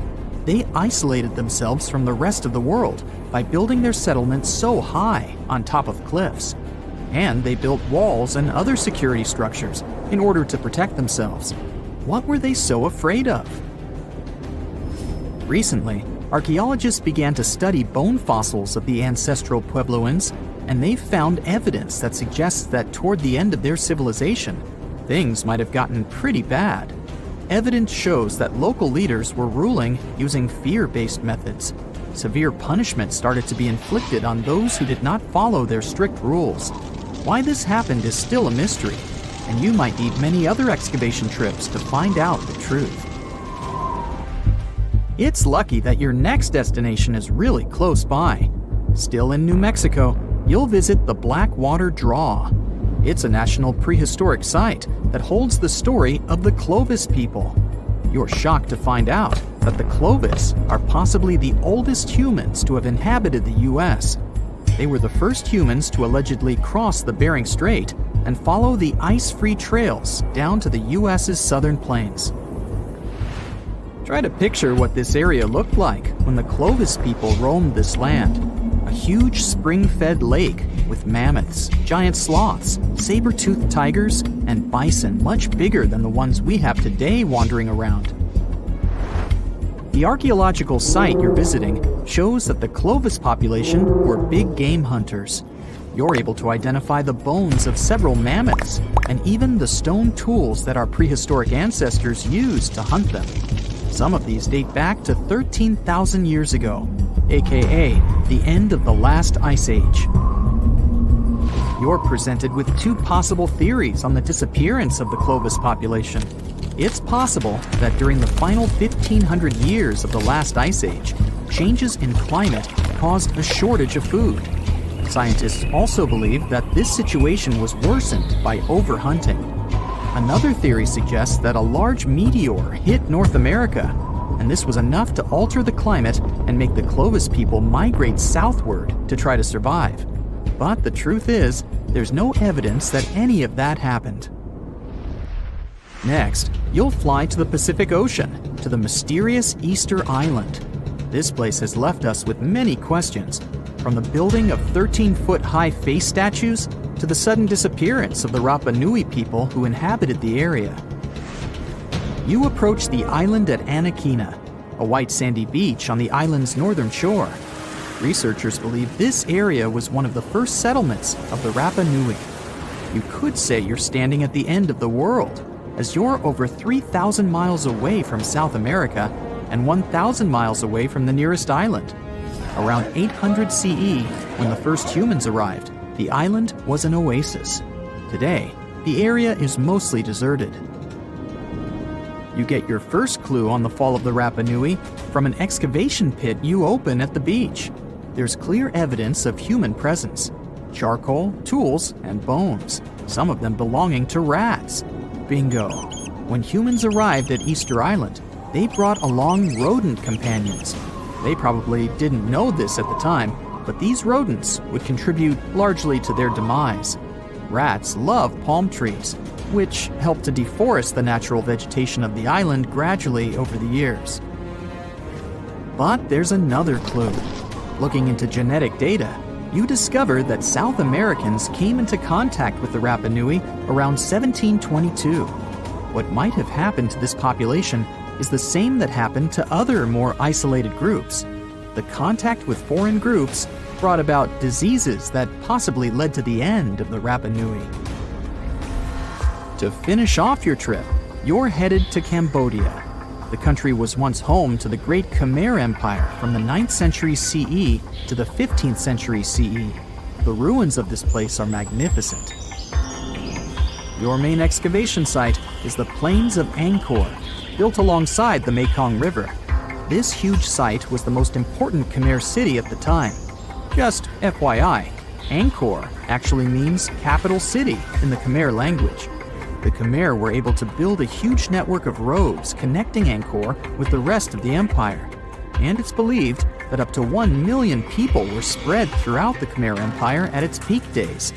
It was the largest pre-industrial city in the entire world. It's comparable in size to modern-day Los Angeles, just so you can get an idea.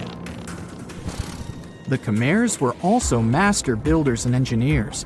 They managed to build a complex irrigation system that helped their rice farming through the centuries. And to connect their cities, they built almost 500 miles of intricate highways and bridges. Oh, and not to mention the complex architecture of their religious buildings, such as Angkor Wat, one of today's most visited tourist sites in Cambodia.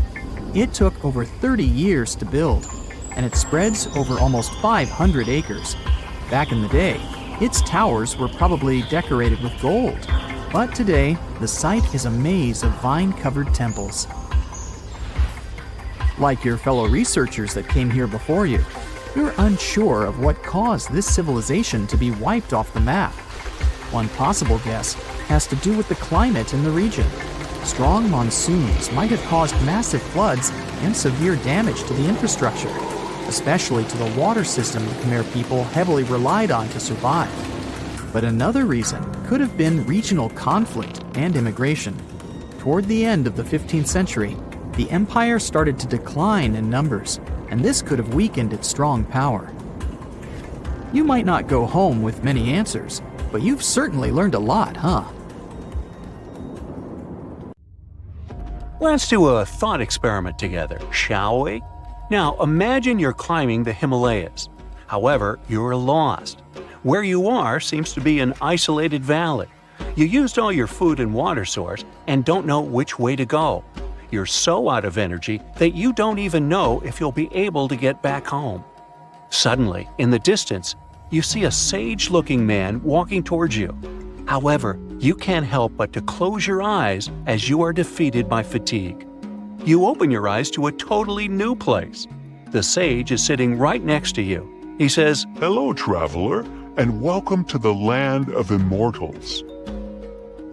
That sounds like the beginning of an Indiana Jones movie, right? But what if I told you that such a place actually is said to exist, according to some legends, beliefs, and ancient texts? Indian Tibetan texts mention a place called Gyangai, also known as Shambhala or Shangri-La, depending on different cultures. This legendary city is the home of immortal beings and is a land of spiritual enlightenment. Take one of its names, Shambhala, for example. It literally means the source of happiness in the Sanskrit language. So, accordingly, you would expect this celestial kingdom to be surrounded by all things of great beauty and wonder, with gardens and other mighty and majestic structures. The ancient beliefs and myths state that when you enter Gyangai, you will immediately be reminded of the structure of a lotus flower with 8 petals. The place is surrounded by mountains covered with snow. It has beautiful waterfalls, crowning into a pure and divine lake, and its water has extremely strong therapeutic powers. The whole place is illuminated by milky white light at all times, and this is neither due to the sun nor the moon. There are also phosphoric plants that can give desired light on voice commands. 100 types of other delightful flowers keep blooming all year round in its gardens, in addition to countless trees where delicious fruits grow. But one tree is known to be the most special one, and that is the tree of immortality, or the tree of life. Described as a shimmering crystal, it stands at the center of Gyangai and unites the skies, the earth, and the underworld. The fruits of it resemble an abstract form of Sri Yantra, a mystical diagram used in Hinduism, which consists of 9 interlocking triangles. However, nobody is allowed to take these fruits out of Gyeonggange itself. The only way to do it is if you get permission from the inhabitants of the city. This brings us to the question of who lives in this magical and mystical city. According to the legends, Gyeonggange is inhabited by a great number of advanced masters, or in other words, sages, who subtly guide the destiny of the world through meditation. They are eternal beings who are not affected by any human desires or sorrows. Their duty is to protect the spiritual teachings of the world and work for the good of humanity, as well as all conscious beings. It's also believed that during a time of great chaos in the world, the 25th ruler of this Gyeonggange will appear among them to lead the planet to a better future. These sages and eternal beings who live there are somehow also the protectors of Gyeonggange. So, if you were thinking of just casually walking into this place with a map in your hands, sorry to inform you, but that's not happening. First of all, no one really knows where exactly Gyeonggange is. Some people believe it's in a remote valley in the Himalayas. Some claim it's in a hidden cave. There are also people who think it's on a mountain range, and others suspect it's on a secluded plateau. So, the location of the city is a mystery, and seems like it will stay that way, since it is also said that the immortal sages who live in Gyeonggange camouflage the valley from humans by creating some kind of an energy field. So, Google Maps can't help you with it either. That's why some even suggest, including the Dalai Lama, that it exists in a different plane of reality altogether. In some of the ancient texts, there are actually a few instructions on how to access Gyeonggange. However, the directions are said to be incomprehensible, the way I get sometimes. But let's pretend for a second that you did crack the instructions, and the immortal beings living there were willing to grant you entrance. Unfortunately, you still might not be able to enter this cosmic city, and here's why.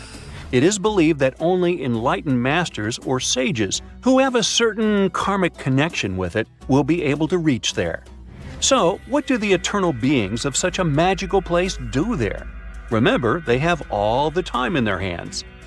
The ancient texts state that Gyeonggange has a center and 16 areas that are all meant for 16 different sciences to be studied.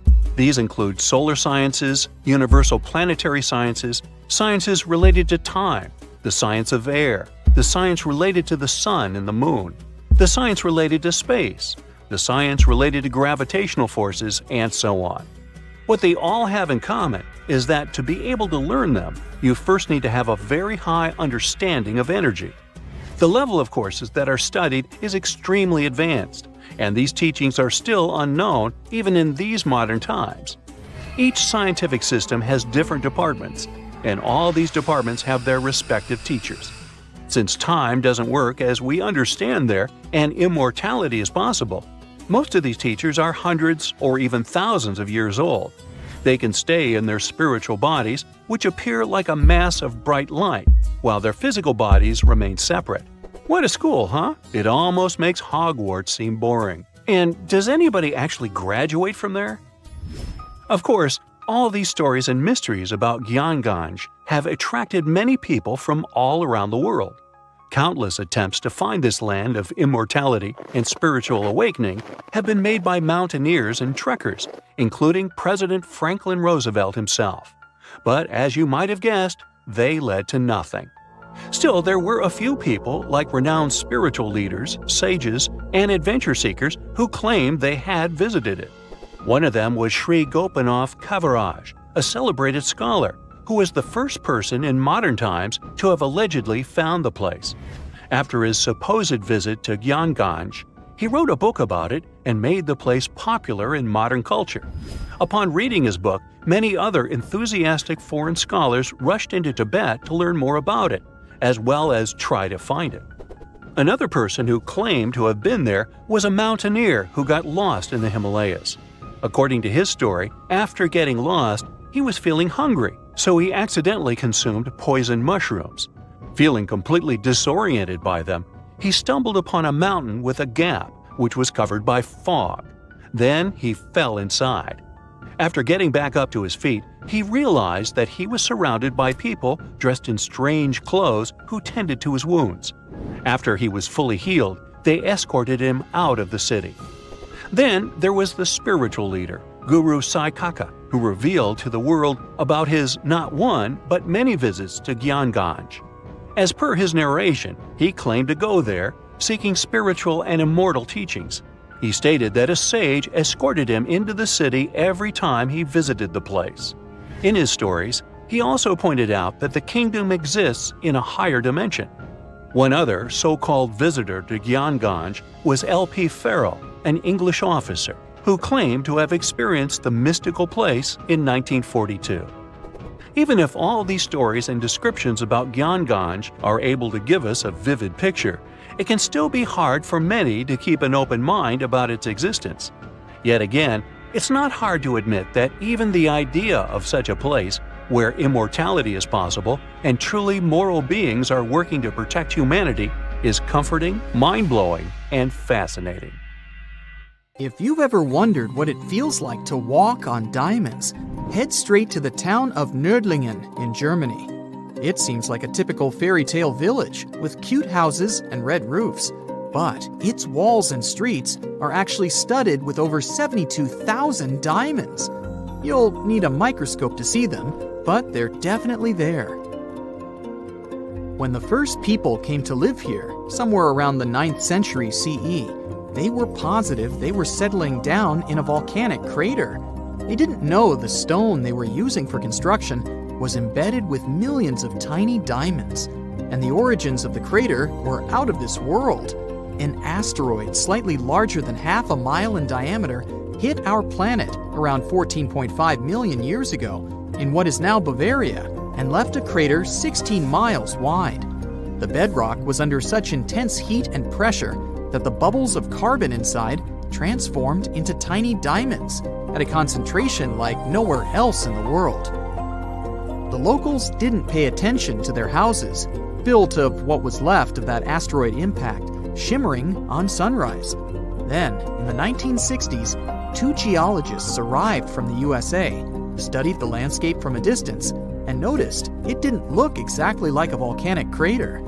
After further research, they realized their theory that the crater was shaped from above and not from below proved right. They even had to change school books after the discovery, not to mislead the students. Once the word of the crater had spread, NASA got interested in it and sent their Apollo 14 and Apollo 16 astronauts to visit it to learn about what kind of rocks they'd find in space and which of them were worth bringing home. A moon rock that arrived with one of the missions is now on display at the local museum, and astronauts still visit the place. The locals, though, are so used to living among diamonds, they don't even find it special. The Australian town of Coober Pedy is known as the opal capital of the world and exists completely underground. The town even has the first 4-star underground hotel in the world. The reason people settled in this area was to work at an opal mine. Back in the day, the miners could hardly survive under the burning desert sun, so someone decided to put a tent directly into the mine. Then it turned into a home. Now, Coober Pedy has around 2,500 residents from different countries, about 30 shops, an opal gallery, museums, a bar, and other buildings, and is a popular tourist attraction. The town of Monowi, Nebraska in the USA has a mayor, a clerk, a treasurer, a librarian, a tavern keeper, and a bartender. Yet, the population is officially just 1. Elsie Eiler has been doing all those jobs, paying taxes to herself and voting herself for mayor since 2004. Back in the 1930s, Monowi had a population of 150 people, grocery shops, and restaurants. When farming conditions got worse, people started leaving family by family until it went down to 1 person. If you feel like saving some money on house construction, look up some property in the Spanish town of Centenil de las Bodegas. 3,000 residents live under and into the sides of the Cadiz Mountains and use them as natural walls and ceilings. The first settlers moved in here back in prehistoric times. The rocks keep the houses cool in the summer and warm in the winter. Neft Dashleri in Azerbaijan was built as an oil platform in 1940, directly in the Caspian Sea. Once they discovered rich oil deposits, it started growing and is now made up of a network of platforms with around 5,000 people working and living here. The town has apartments, bridges, a library, a community center, and even a movie theater. The Japanese village of Nagoro has an unofficial second name, the Scarecrow Village. The last children were born here over 20 years ago. It officially has less than 50 residents, but it feels complete thanks to 350 life-size human dolls. When a local lady came back here in 2000 to look after her aging father, she saw the empty streets, shops, and schools. To change that, she and her friends started making cute dolls to replace the residents. The entire town of Whittier, Alaska, lives under one roof of a 14-story building of a former barracks. That's around 220 people who live here all year round, plus all the shops, a police station, a post office, a hospital, and a church. The locals are mostly working in commercial fishing, recreation, and tourism, or for the state ferry and railroad. The idea behind having everyone and everything in one place is to save money on heating in the always cold climate and let the people do all their business inside. This way, they don't have to face the unbearably strong winds. There's a town in Svalbard, Norway called Longyearbyen, where the sun sets on October 25th and doesn't rise again for the next 4 months. When it rises again in spring, the locals gather on the step of an old hospital at 12:15 to welcome the sun and celebrate its return. Then, it doesn't set for over 4 months. It happens because of the way the Earth is tilted on its axis. The sun only rises and sets once each year at the North and South Poles. Longyearbyen is the northernmost town in the world, so it gets affected by that. Its residents occasionally see polar bears and reindeer in the streets and get around on snowmobiles.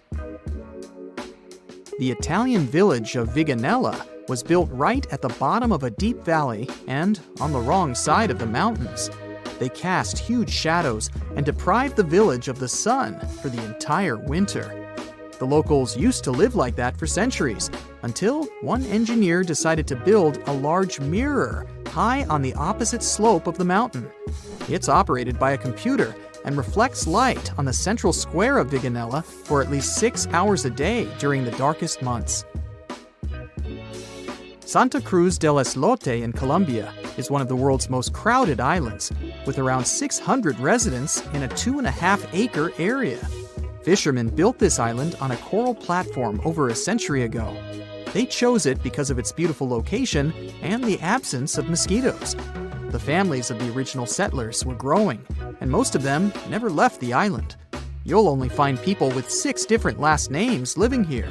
When the family needs extra space, they just add an extra floor to one of around 100 homes in town. Now it has a school, shops, a church, and 1 restaurant. There is no traffic, since the streets aren't wide enough for cars or trucks, and the distances are perfectly walkable. No one on the island locks their doors, because everyone knows each other, and there hasn't been a single crime. Another place where people don't lock their doors is the Shani Shingnapur village in India. In fact, local homes and even shops don't have front doors, keys, and locks, but locals never feel unsafe.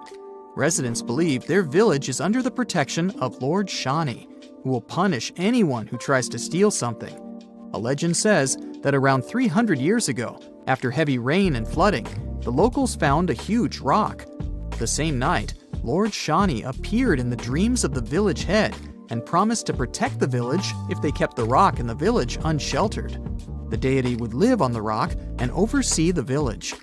Once the first bank opened in the village, they added a glass entrance and a barely visible electromagnetic lock with a remote control to respect the tradition. If you're looking for the most relaxed place in the world, check out The Villages in Florida. You can't move here unless there is at least one person over 55 in your home. And you'd have to leave behind any family members under 19. The most popular means of transportation in the villages is a golf cart. There are all sorts of free fun activities for the residents, so it's far from boring.